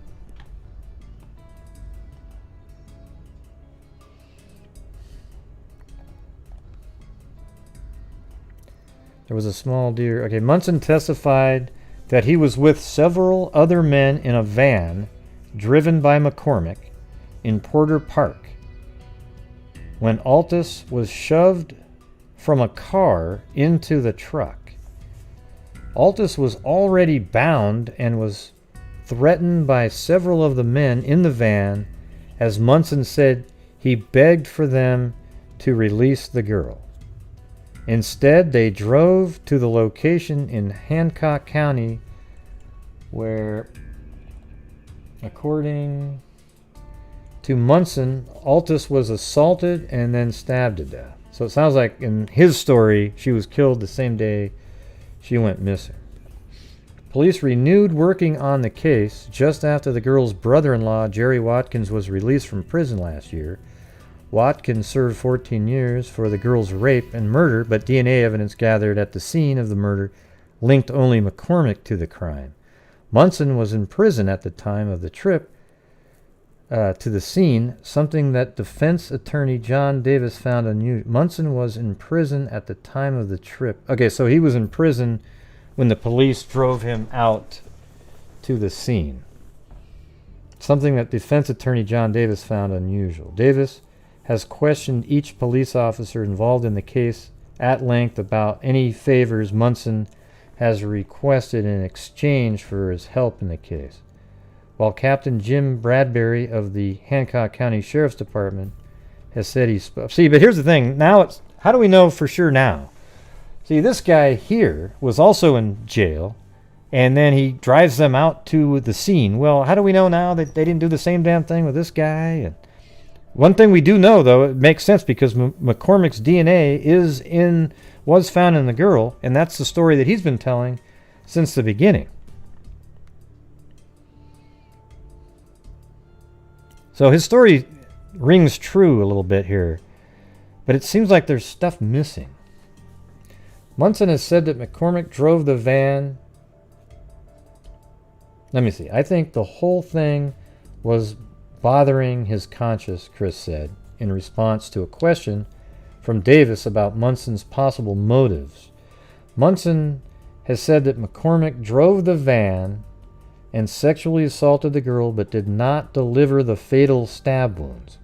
He said another unidentified man actually stabbed the girl as McCormick held her on the ground. Well, doesn't that make McCormick just as responsible, everybody? Does anybody think, oh, okay, well, okay, he only held her down. He's okay then. Testimony was to continue today in McCormick's bond request hearing. And then 3 days later, there's more bond hearing stuff. In 1987, Kenneth Month... Let's see, when is this? Yeah, this is just 3 days later. Yeah. In 1987, Kenneth Munson told police he didn't know anything about the rape and slaying of Peggy Sue Altes, a schoolgirl abducted from a southeast side Indianapolis park in 1984. Now Munson... See, this makes it a little bit weird now, right? Because he said in 87 he knew nothing about it. Now Munson is the chief witness in the case. Maybe at that time he wasn't ready, or I don't know. And maybe because he was in jail, he was ready to come forward. But it could be that they gave him the information again, too. Anyways, the DNA matched McCormick. Now Munson is the chief witness in the case, saying he saw Joseph McCormick rape the 11-year-old and pin her to the ground while another man slashed her throat in a rural Hancock County field. The events of the night may seem hazy after 17 years, but investigators believe Munson was at the scene because he described the two vehicles, weapons, and routes used in the abduction. Munson, 39, a felon who admits a dislike for police, opened up last year to investigators. The indication was it's just been bothering his conscience, said an Indianapolis Police Lieutenant Chris, who assisted Hancock County Sheriff Captain James Bradbury. Munson testified this week in Hancock Superior Court 1, where McCormick, 39, charged with child molesting and murder, is seeking to have his bond reduced. McCormick attorney John Davis often questioned the credibility of Munson, who is facing a probation violation charge in Marion County. Munson, occasionally quick to temper, has been in and out of prison. Sorry to say, but I think my profession has been stealing vehicles, Munson testified. He underscored his career choice to investigators in December of 2000. At the time, Munson had nowhere to stay. You know, it's weird that he was actually talking to police prior to them even clearing Watkins.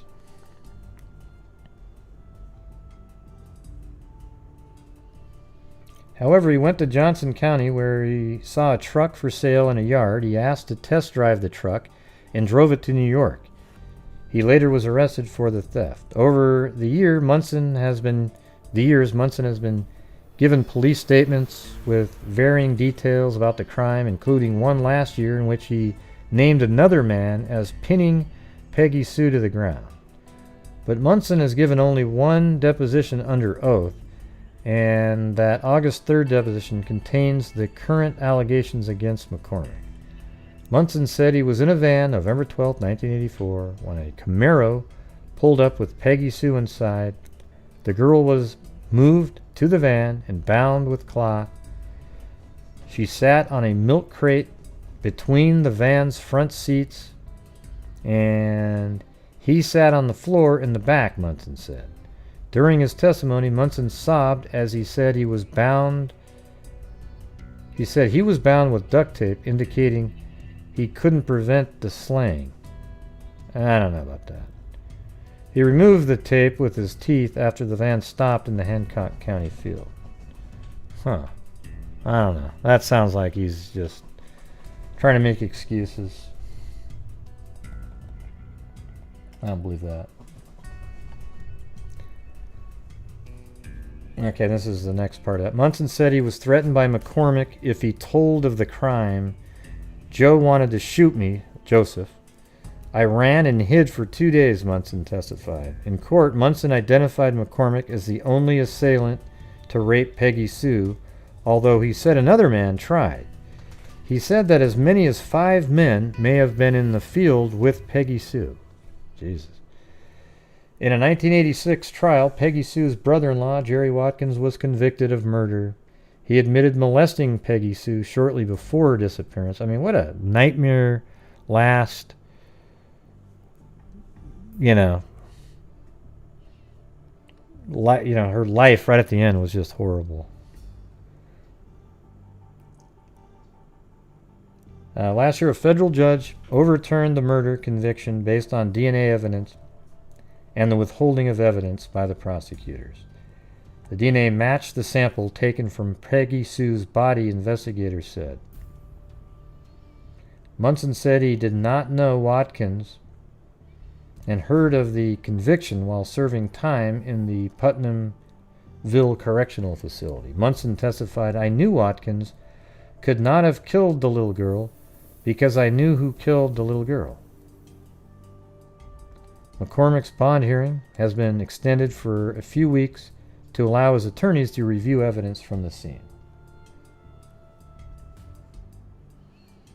Okay, and then we got all the way to 2003, 2 years later. I mean, listen to this weird shit here now. Murder charge dropped in the Altes slaying. The 18-year-old mystery of who killed Peggy Sue Altes has taken another agonizing turn. Murder charges against the man who was set to go to trial in the case have been dropped. The suspect, Joseph McCormick, 41, instead has pleaded guilty to molesting Peggy Sue. So he admits to molesting her. Officials hope he will lead them to whoever killed the girl in November 1984. Well, I would have hoped you would have only allowed the plea if you had the information, that you made a deal and got it. McCormick will get 6 years in prison. So this shows you right here that he did this. Okay? Because he pleaded guilty to the molestation. That's why his semen was found in Peggy Sue. And then he accepted 6 years in prison. Officials hope he will lead them to whoever killed the girl in November. McCormick will get 6 years in prison and 14 years on probation, according to a plea agreement. McCormick was arrested in August 2001 in connection with the girl's death, but it wasn't until this week that a plea was formally entered and the sentence approved by Hancock Circuit Judge Richard Culver. And apparently the judge did not want to make this deal. He was like, the judge, the prosecutors did because they wanted to get the real guy. Well, hey, idiots. Even if he didn't give you the real guy, he was the one that held her down. You could have had a win right there. And then maybe negotiated with him while he was in prison for something else, Peggy Sue was sexually assaulted and then stabbed to death after being abducted from an Indianapolis park. Her body was dumped just off Jacoby Road north of CR 300 South. Now officials say McCormick has some important evidence in the case, but they won't say any more other than they plan to talk to him this week. We are in the process of interviews now, said Sheriff's Captain Jim Bradbury. Officials said McCormick was present at the time of the slaying, but they don't believe he was involved in the killing. Okay, well, he held her down, so he was involved in the killing, you idiots.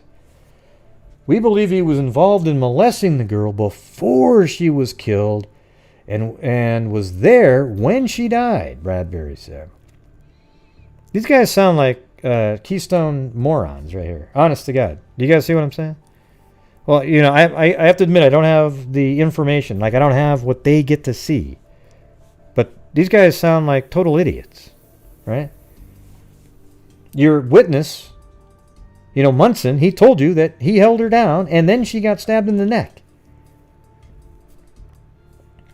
McCormick's attorney, Jim McNew, said he could not comment on the plea or the course of the investigation. A spokesman for the Altes family said the family was aware of the agreement reached with McCormick, but could not comment. Deputy Prosecutor Scott Sirk, whose boss Larry Gossett was in his first stint as county prosecutor when the slaying occurred, said he helped make the deal. Oh, you should be proud of yourself. To get more information on those who killed the girl. We believe the information he can provide will be very helpful, Sirk said. Very helpful. McCormick was arrested after another man, Jerry Watkins, was convicted of the crime and served 14 years by prosecutorial misconduct back then. Watkins was released. I mean, have you heard anything good that the prosecutors have done so far in this case? Watkins was released in August 2000 after DNA tests failed to link him to the crime scene. Those DNA tests did lead to an arrest of McCormick. Police say the DNA gathered at the scene matches only one person in 1.5 billion. Okay, so there's 4 people on Earth. Okay, maybe it's one of those other 3 then. Okay. There's people that think like that. Right, there's 1 in 5 billion, but how many lived in that town? Okay. Watkins' attorney did not return phone calls from the Daily Reporter, but has said in the past that his client moved away from central Indiana shortly after his release from prison.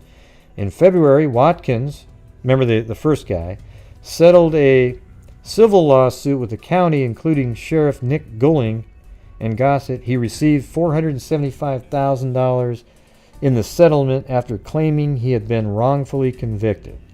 Bradbury said he would question McCormick in coming days, but did not set a timeline for any future arrest.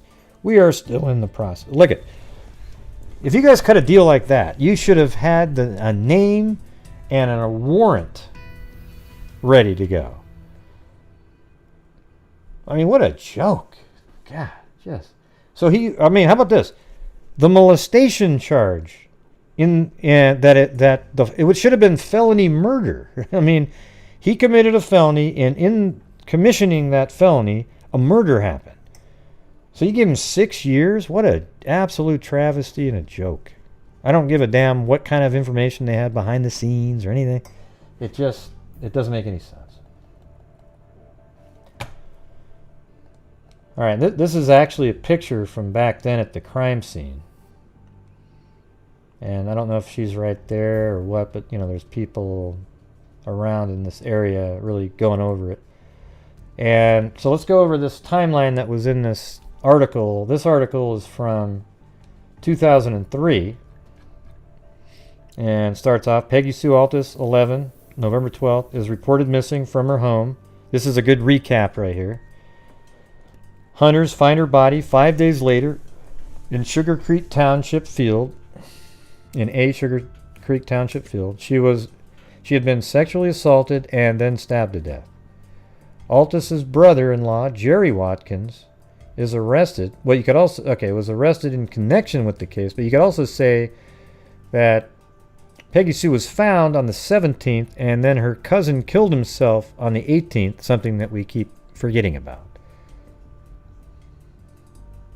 Wouldn't it be weird if that was the person that is gone unnamed at this point?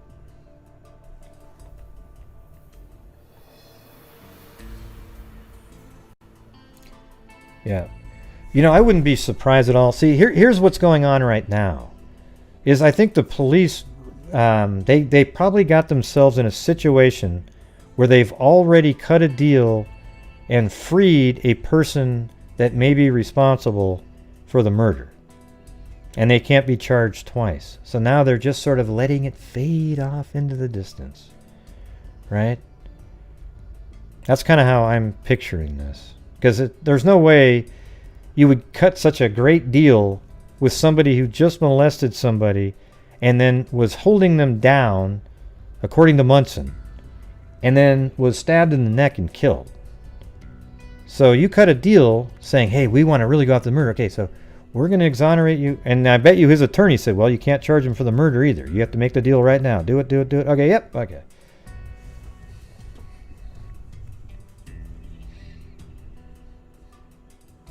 I think for capital, I don't know. I guess you need to have rules like this. Because it just goes on. The cases that you get the misconduct, they just keep trying you over and over and just hoping for the one jury that'll finally, and it's just lame.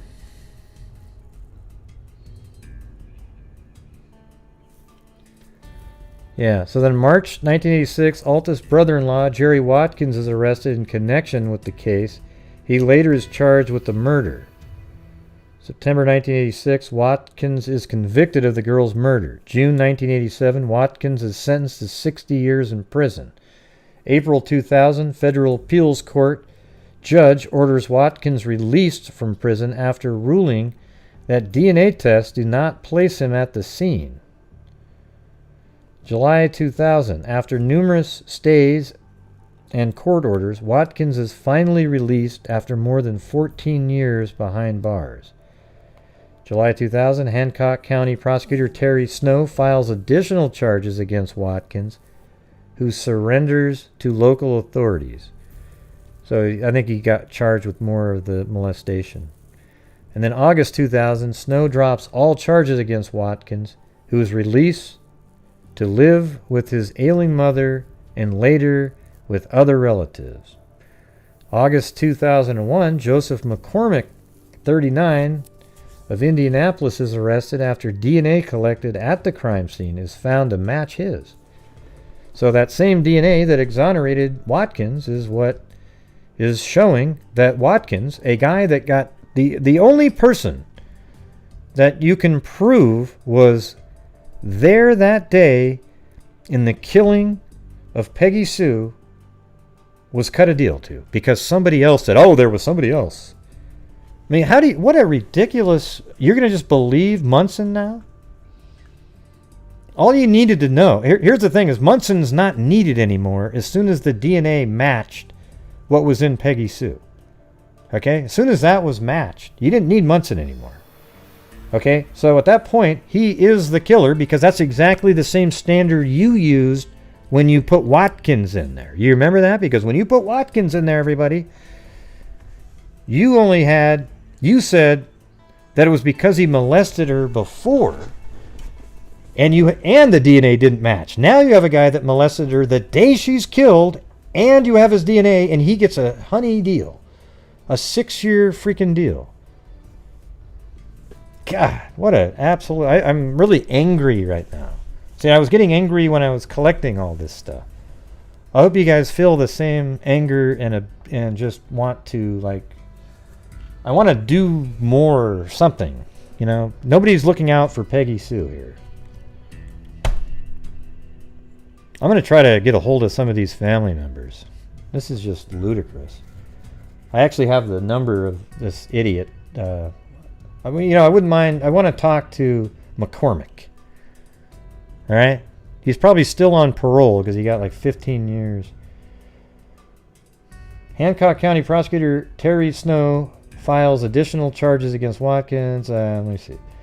December 2001, February to 2002, lengthy bond hearing. I mean, it was such a long bond hearing. Can you imagine a 3-month-long bond hearing? Watkins gets $475,000 in 2003. McCormick enters plea to child molesting charge. Prosecutors drop murder charge after they say he has evidence on those who actually stabbed the girl. So he must have provided something to them. But in reality, you got rid of the one person who you know for sure molested Peggy Sue in that field. And if you believe Munson, because apparently you guys do, he held her down while somebody stabbed her in the neck. So why not put him in jail for the rest of his life, prison, and try to find out who the other people were some other way? Instead, you let the monster go. Unfreaking believable, everybody. Unfreaking believable. And look at right here. Judge Richard Culver reluctantly agrees to the plea and sentences McCormick to 6 years in prison and 14 years of probation. So he's still on probation right now. Hopefully he served every day of that 6 years. Which is a ludicrous amount of time.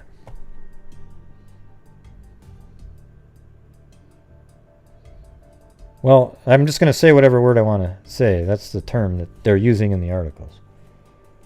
Yeah, I mean, rape, molestation. I mean, molestation to me sounds the same. It sounds bad. And usually they say that when it's a kid, not an adult. The thing is, the word molestation is used when it's a child.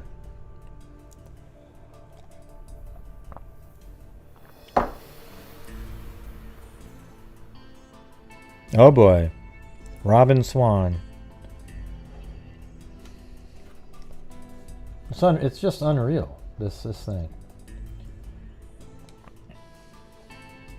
So let's go over this one article here. This is the one I tried to go over last night, but now it makes more sense to everybody. That's a website called Tap a Talk, Unsolved Child Murder. So let's see if there's anything extra in here. Jerry Watkins finished his boiler room shift at 6 a.m. Friday. In 7 hours and 10 minutes later, walked out of a Pendleton prison. He was freed by DNA testing that persuaded a federal judge to overturn his conviction in the slaying of an 11-year-old Indianapolis girl a decade and a half ago. State prosecutors had contended at Watkins' trial that he had also raped the victim at the time she was killed. Watkins, 43, had been in prison for 14 years. Yeah, so that means he was 29 at the time. For his death of the sister-in-law, Margaret Peggy Sue Altes.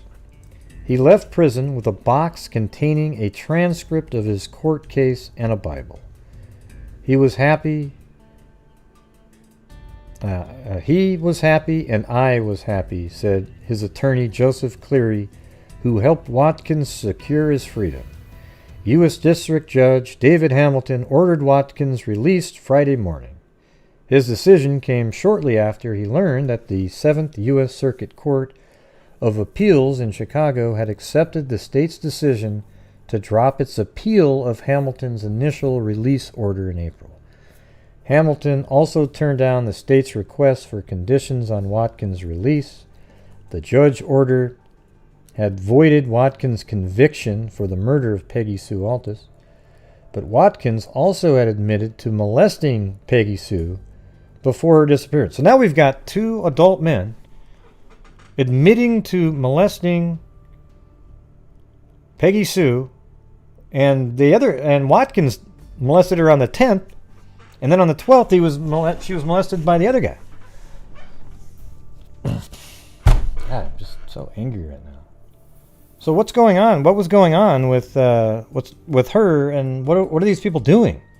I mean, maybe Watkins does have a little bit more information. You know, I mean, how did these other people...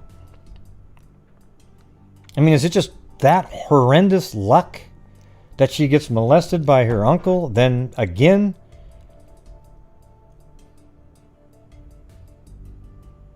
Yeah.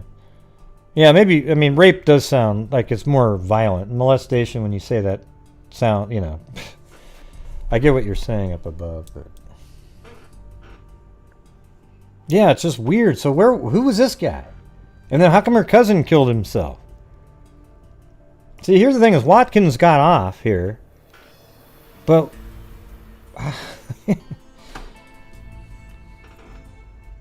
Did he tell somebody about her? And like, hey, you know, maybe he was friends with a ring of pedos, right? And he tells them, hey, this is where she normally hangs out.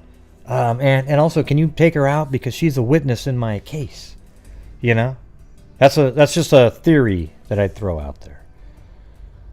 Because it just seems like, what are the odds? Yeah, and that's the whole thing. That's why I'm pissed off at the parenting here. It just seems ludicrous. Like she just was thrown to the wolves. Yeah, she's only 11. It's insane.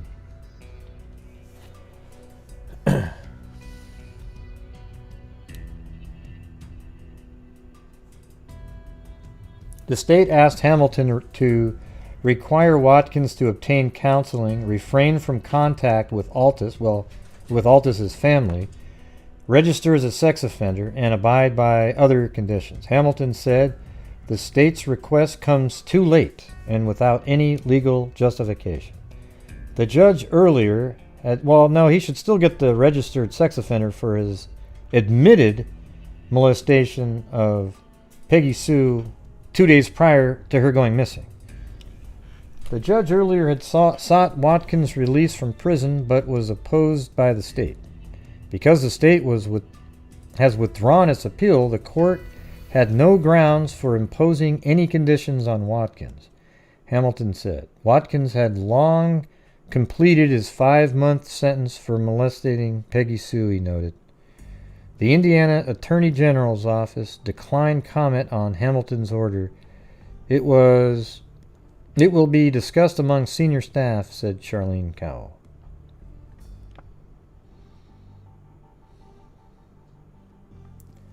Let's see. Cleary said Watkins wanted to be... I think this article here was written before they arrested the new person.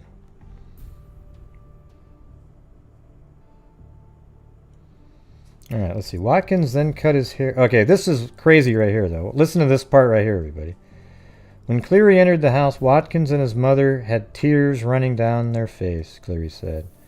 While Hamilton's ruling freed Watkins from prison, it has not erased suspicions. At Porter Park, a playground about a block from the near East Side neighborhood where Peggy Sue had lived, her older sister, Debbie Haynes, 41, talked to reporters about the family concerns. The television crews lined up in a row waiting for interviews as children played on swing sets that were there 15 years before. All members of the Altes family are convinced that Watkins played a part in Peggy Sue's death. Well, there you go, Haynes said.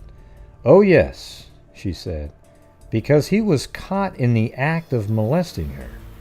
Her recollection, on an early Saturday morning, Watkins' wife caught him molesting Peggy Sue on a couch, the second time he was caught by family members. So he had done it before and caught. Watkins then cut his hair and shaved his beard. That Sunday, he was in church.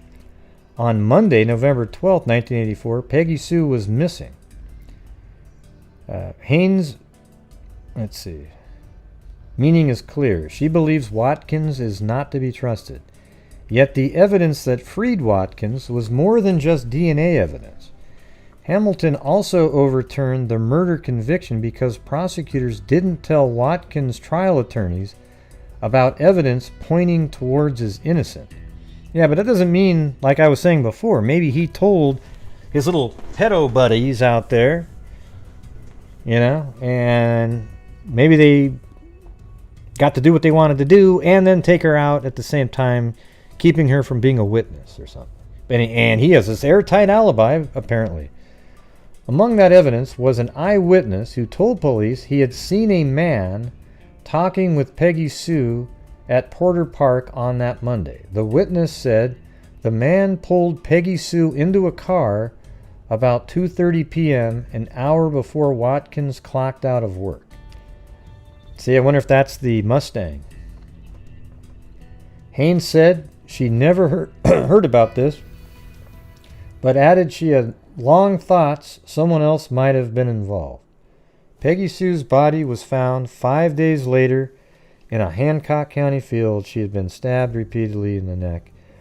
State officials only recently backed off their insistence that Watkins acted alone. And that insistence helped free Watkins. DNA testing. Okay, so I bet that came from the conversations they were having with that, was it Mudos or whatever the hell his name, Munoz? Munson. They were having conversation with Munson in prison in late December, and so that was when they started saying, oh, maybe there is somebody else.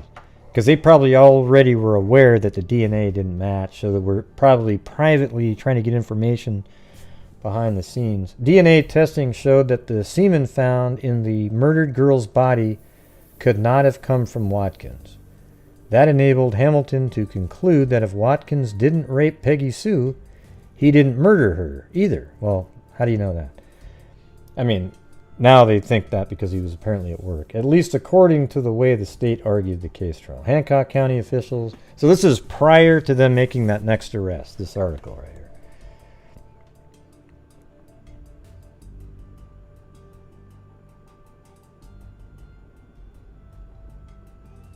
Let me let's see what this article says here. For the fifth time in 4 years, Hancock County authorities are facing the possibility they charged the wrong man with murdering 11-year-old Peggy Sue Altes. This week, prosecutors dismissed charges against, well, this is a whole different person, William Beaver, 47, of Danville, their most recent suspect in the Indianapolis girl's murder. In exchange, Beaver has waived a rule that would limit prosecutors to a 1-year time frame to refile those charges against Beaver. Prosecutors want more time. I wonder if that's the guy that was named. This guy right here. What do you think? Because that's kind of interesting. Let me see. Maybe, I don't know if this is from that time. Yeah, it looks like it was from 2004. Yeah, see, they've got McCormick in here. Oh my god, what a freaking nightmare. I wonder if that's the guy. William L. Beaver. He's the same age as all those guys, and I wonder if that's the name. Okay, let's go. I'm going to go through this then. This week, prosecutors dismissed charges against William L. Beaver, 47, of Danville, their most recent suspect in the Indianapolis girls' murder. We found additional information that we need to investigate, he said. Beaver remains in jail in Marion County on unrelated charges of child molesting. This is a case that has vexed prosecutors since the day Altes was molested, stabbed to death, and left in Hancock County Field in 1984. The first suspect, Jerry Watkins of Indianapolis, who was, we already know all that. We'll go down to here. In 2000, investigators shifted their focus to Joseph McCormick of Indianapolis, a suspect implicated by new DNA evidence. He was arrested in August 2001 at the age of 39. Under a plea agreement, McCormick admitted to molesting the girl before her death and agreed to testify against other suspects. He has completed most of his 6-year sentence, which concluded in August. It was McCormick who led authorities to 3 other men. Here we go. Beaver and 2 brothers, Hugh Perry Munson III, that's Munson, right? Now 45, of Keystone Heights. So, well, that's weird because Munson was the witness. So McCormick points it back on a guy named Hugh Perry. Yes, Hugh Perry Munson. I don't know if that was the full name. I thought his name was more like Kevin or something like that. But another Munson anyway.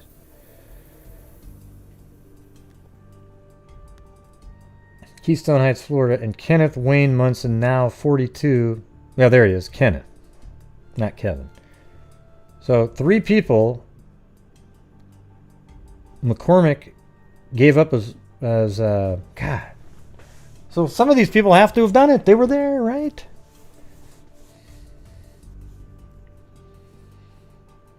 It was McCormick who led authorities to 3 other men. So that he cut that deal for 6 years, even though his semen was the semen found inside. And then he gave up 3 names. He gave up the guy that was the witness, Kenneth Munson, and then Hugh Perry Munson, probably a relative, I don't know, and then also a guy named Beaver.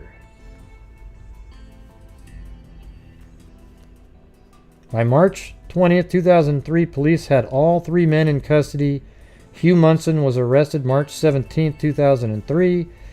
Kenneth Munson was already in Marion County Jail, right, remember, when he was charged, and Beaver was arrested in Danville. All 3 were charged with murder. In July 2003, Hugh Munson was cleared of charges after police interviews and lie detector tests.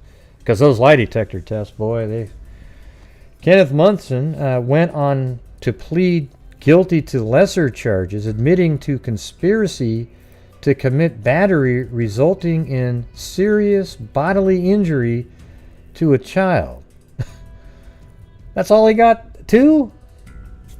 He is serving a 6-year sentence on that. Family members of the victim could not be reached for comment. On Monday, Hancock County authorities will hold a press conference to discuss the case. It's been a frustrating case, said Sheriff Department Captain James Bradley, who was the first officer on the scene November 17, 1984, 5 days after the... Well, it's frustrating because you guys are idiots. You're not charging anybody anywhere near what they should be charged for. It would have been almost worth it to charge McCormick and give him life in prison, and nobody else got anything. Okay, because at least one of the barbarians would have got what they deserved. Instead, nobody got what they deserved. God, it almost makes me angry that I went down and found this other information.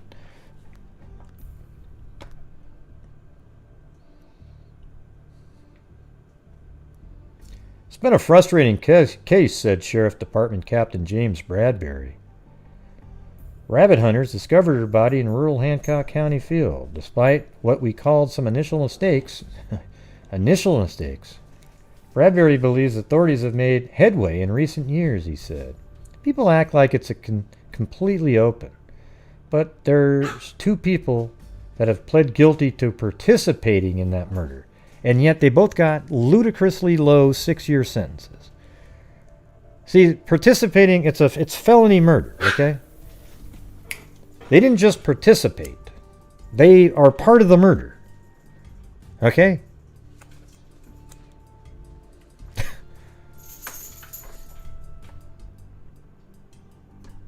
After all these years, prosecutors still want to see justice. Really? We believe there's very valid reason. What's going on down here? Anybody have any new? No. Ah, Jesus.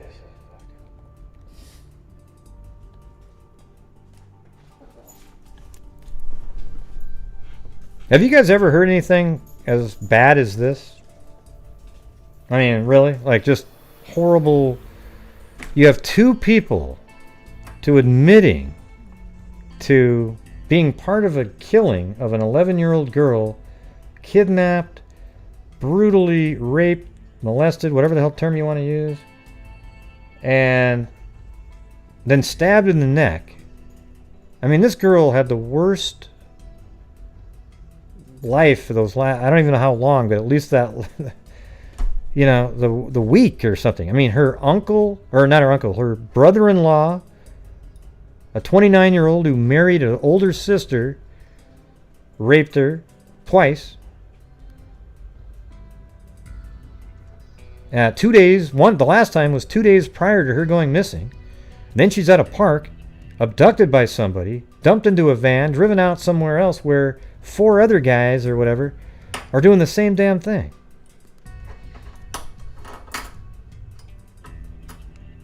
Wow.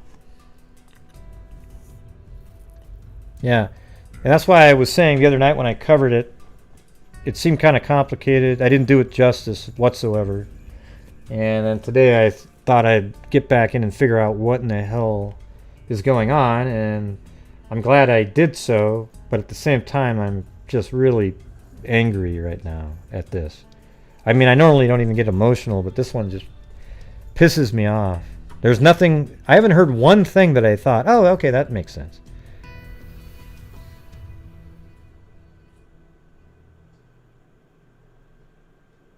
Well, we don't know if Watkins was there, but maybe, yeah. Yeah, Watkins, he apparently has an alibi that he was at work. Okay? That's the thing. So he was freed later because his DNA wasn't the DNA that they found inside of her. But what if he was the person who came forward and told people, other child molesters, those guys like to hang out together, and told them about it, her, and where she lives, and maybe made a phone call or something. I don't know.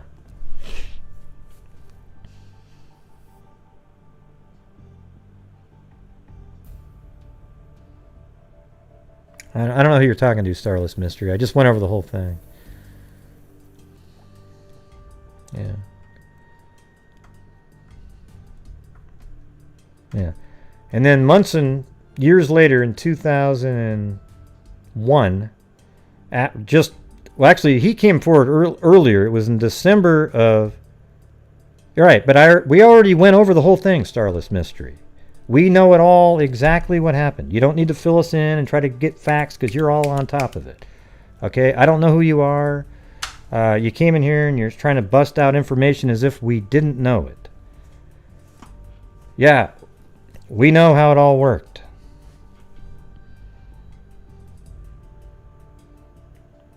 The police were interested in Watkins from the very beginning because he had just molested Peggy Sue a couple days prior.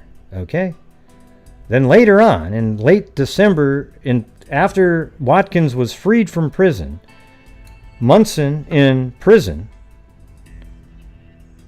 told police, in December, or even before they had freed Watkins, but late in when they were already kind of realized the DNA didn't match, he then started mentioning other people's names. Yeah, boy. Gonna have to do a little timeout here. Yeah, just I can't stand people like you do a 2-hour show, you go over the entire thing, you get it all laid out, and somebody comes in, reads one article, and they're an expert now. Yeah, my theory is that it could be possible that Watkins got a hold of the little pedo ring that was right there. What do you think the odds of that are, that he was molesting her, then 2 days later another group of guys go and grab her, and it just seems too coincidental there. I'm not saying he was there.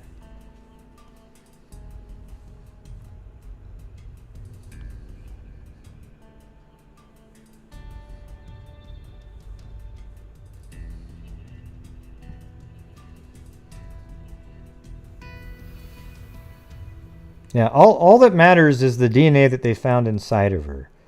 She was raped, molested by McCormick, okay? By Joseph McCormick. That he should have got life in prison without parole, right? Does anybody out there not think he deserved that? You're out in a place where you've abducted a girl, you have her out in a field somewhere, pinned down.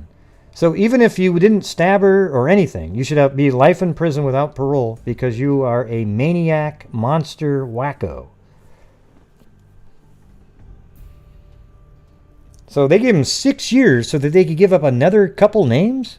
And then they get these other names and they don't do a damn thing. Well, they gave 6 years to Munson, which is ironic because he was the witness, right? The Munson guy was the one that came forward and pinned it on McCormick, right? And then McCormick turned around and pinned it on 2 Munsons and that, was it Bennett or whatever the hell his name was? Beaner? I can't remember his name. Beanie.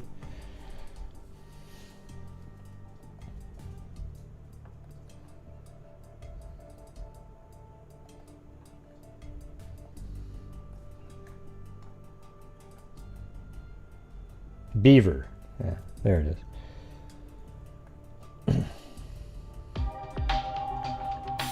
Thanks, Billy Boy Blue. But you guys know what I'm saying. Don't you hate when people show up and they start trying to correct people when we followed the whole thing all the way through, got it all dialed in? This chap better behave itself tonight. Yeah, that's for damn sure, Billy Boy Blue. That's for damn sure.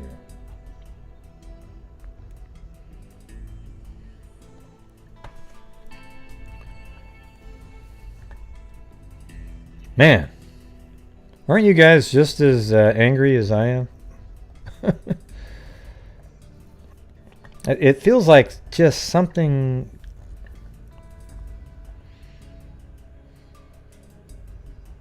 Yeah. So Munson mentions McCormick. Then they free McCormick because he had information. And then he goes back and says Munson again. And then Munson the third. And then Beaver. And then Beaver got freed because a lie detector test. And then apparently, so who is it now then? See, but the problem is you've already cut a deal of some sort with the first Munson and McCormick. So now you only gave 6 years to 2 barbarians. Oh, remember poor old Munson? Oh, I had duct tapes on my hands, and then I freed myself when I got outside and I had to stand by the end of the road there. Yeah, right.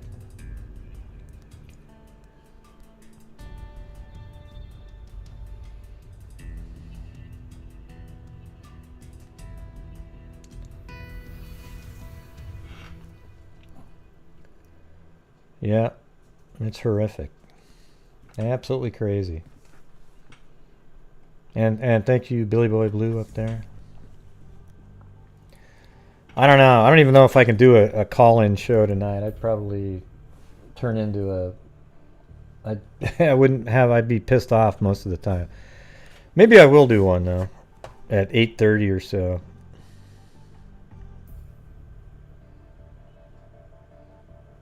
Yeah, cool. Yeah, if you guys have personal paranormal stories, just send them in. Great coverage of this, Gary Gregg, or is it Gary?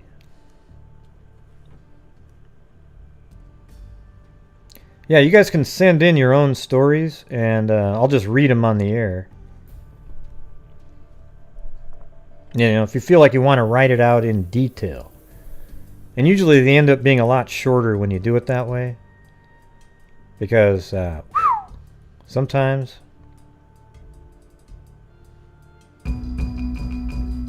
that's okay, Starless Mystery. But just, you know, give it some time when you show up to a room. We've been covering it for 2 hours and we went through every single little detail of the whole thing. Thank you, Allison R. Alright, well maybe I'll come back on at 8:30. We can call in. You guys can call in about this case and whatever, okay? I don't want to talk about your true crime stories. I just want to talk about stuff.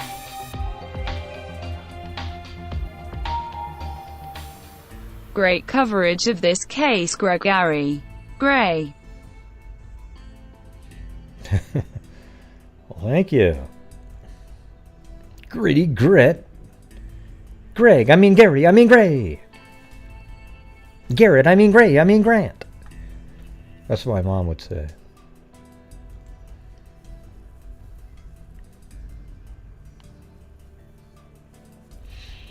Yeah.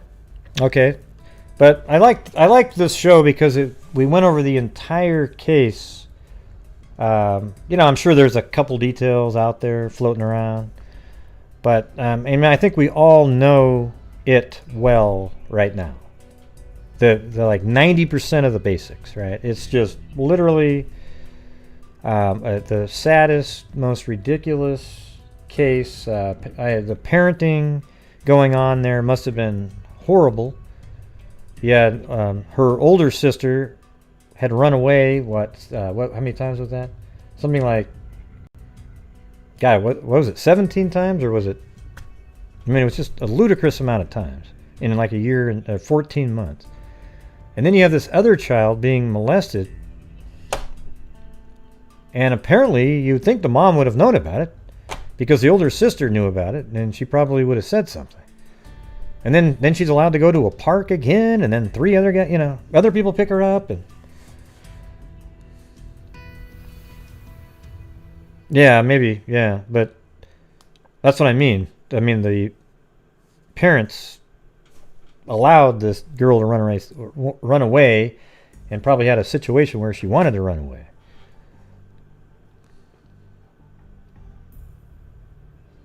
Yeah. So, anyways, all right, everybody. I appreciate you guys showing up, and thank you to Stephanie K,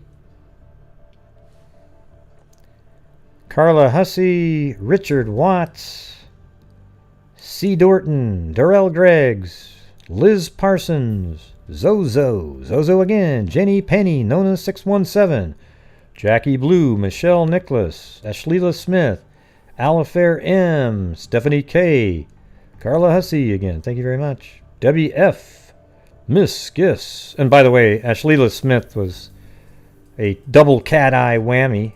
Thank you very much.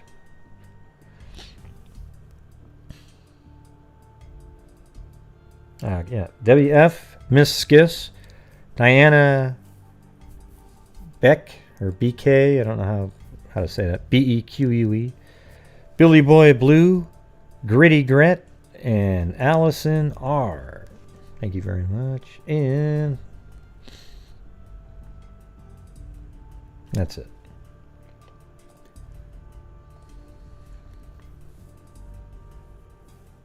Yeah, it's not that far away, but I'm going to take a little bit break. And it's just going to be, people can call in and talk about whatever they want in the true crime world, okay? I don't really want to have it be a storytelling night or anything. I'm just sort of, I don't think I'd be nice enough or something. I'll be nice. Don't worry. All right, everybody. So we'll see you guys a little bit later. Hey, thanks, Linda Howell. Appreciate it. See you guys later. And as I always say, everybody, until next time, be safe out there. Which is 8:30. Oh, make sure you're washing your hands, masks, everything. I hear something. I hear something. I don't want to leave yet. Thank you, Linda Mullen Howe. Thank you for covering this. Okay. Be safe out there. Yeah, I've been doing this true crime thing for quite a while now. And during this whole time, I have not seen one person that is a crime dissector, projector. I'm a certified human lie detector. Gonna get ya on a stretcher if you try and play me like an old projector. Crime sector is my nectar. Professor Greg is gonna give another lecture. Wait, I mean, crime okay. collector, freak connector, and I'm always gonna be a pup protector, fool deflector, interceptor, and I'm meaner than a spectre with a vector on his pector. With all respect, y'all, just remember I've a temple fucking checked ya. I have no agenda, I'm a pretender, and I'll serve it to you straight without the blender. And in the end, I'm gonna send ya on a mission to reveal the true offender. Yeah, so I'll just get right back to work. All right, everybody? Talk to you. All right, yay. Okay, we'll see you guys around 8:30 or so, okay? Yeah, well, I guess we'll see you there. Okay, good night, Mary Lou. Good night, John boy. Hey, those guys didn't sound too bad there. Be safe out there.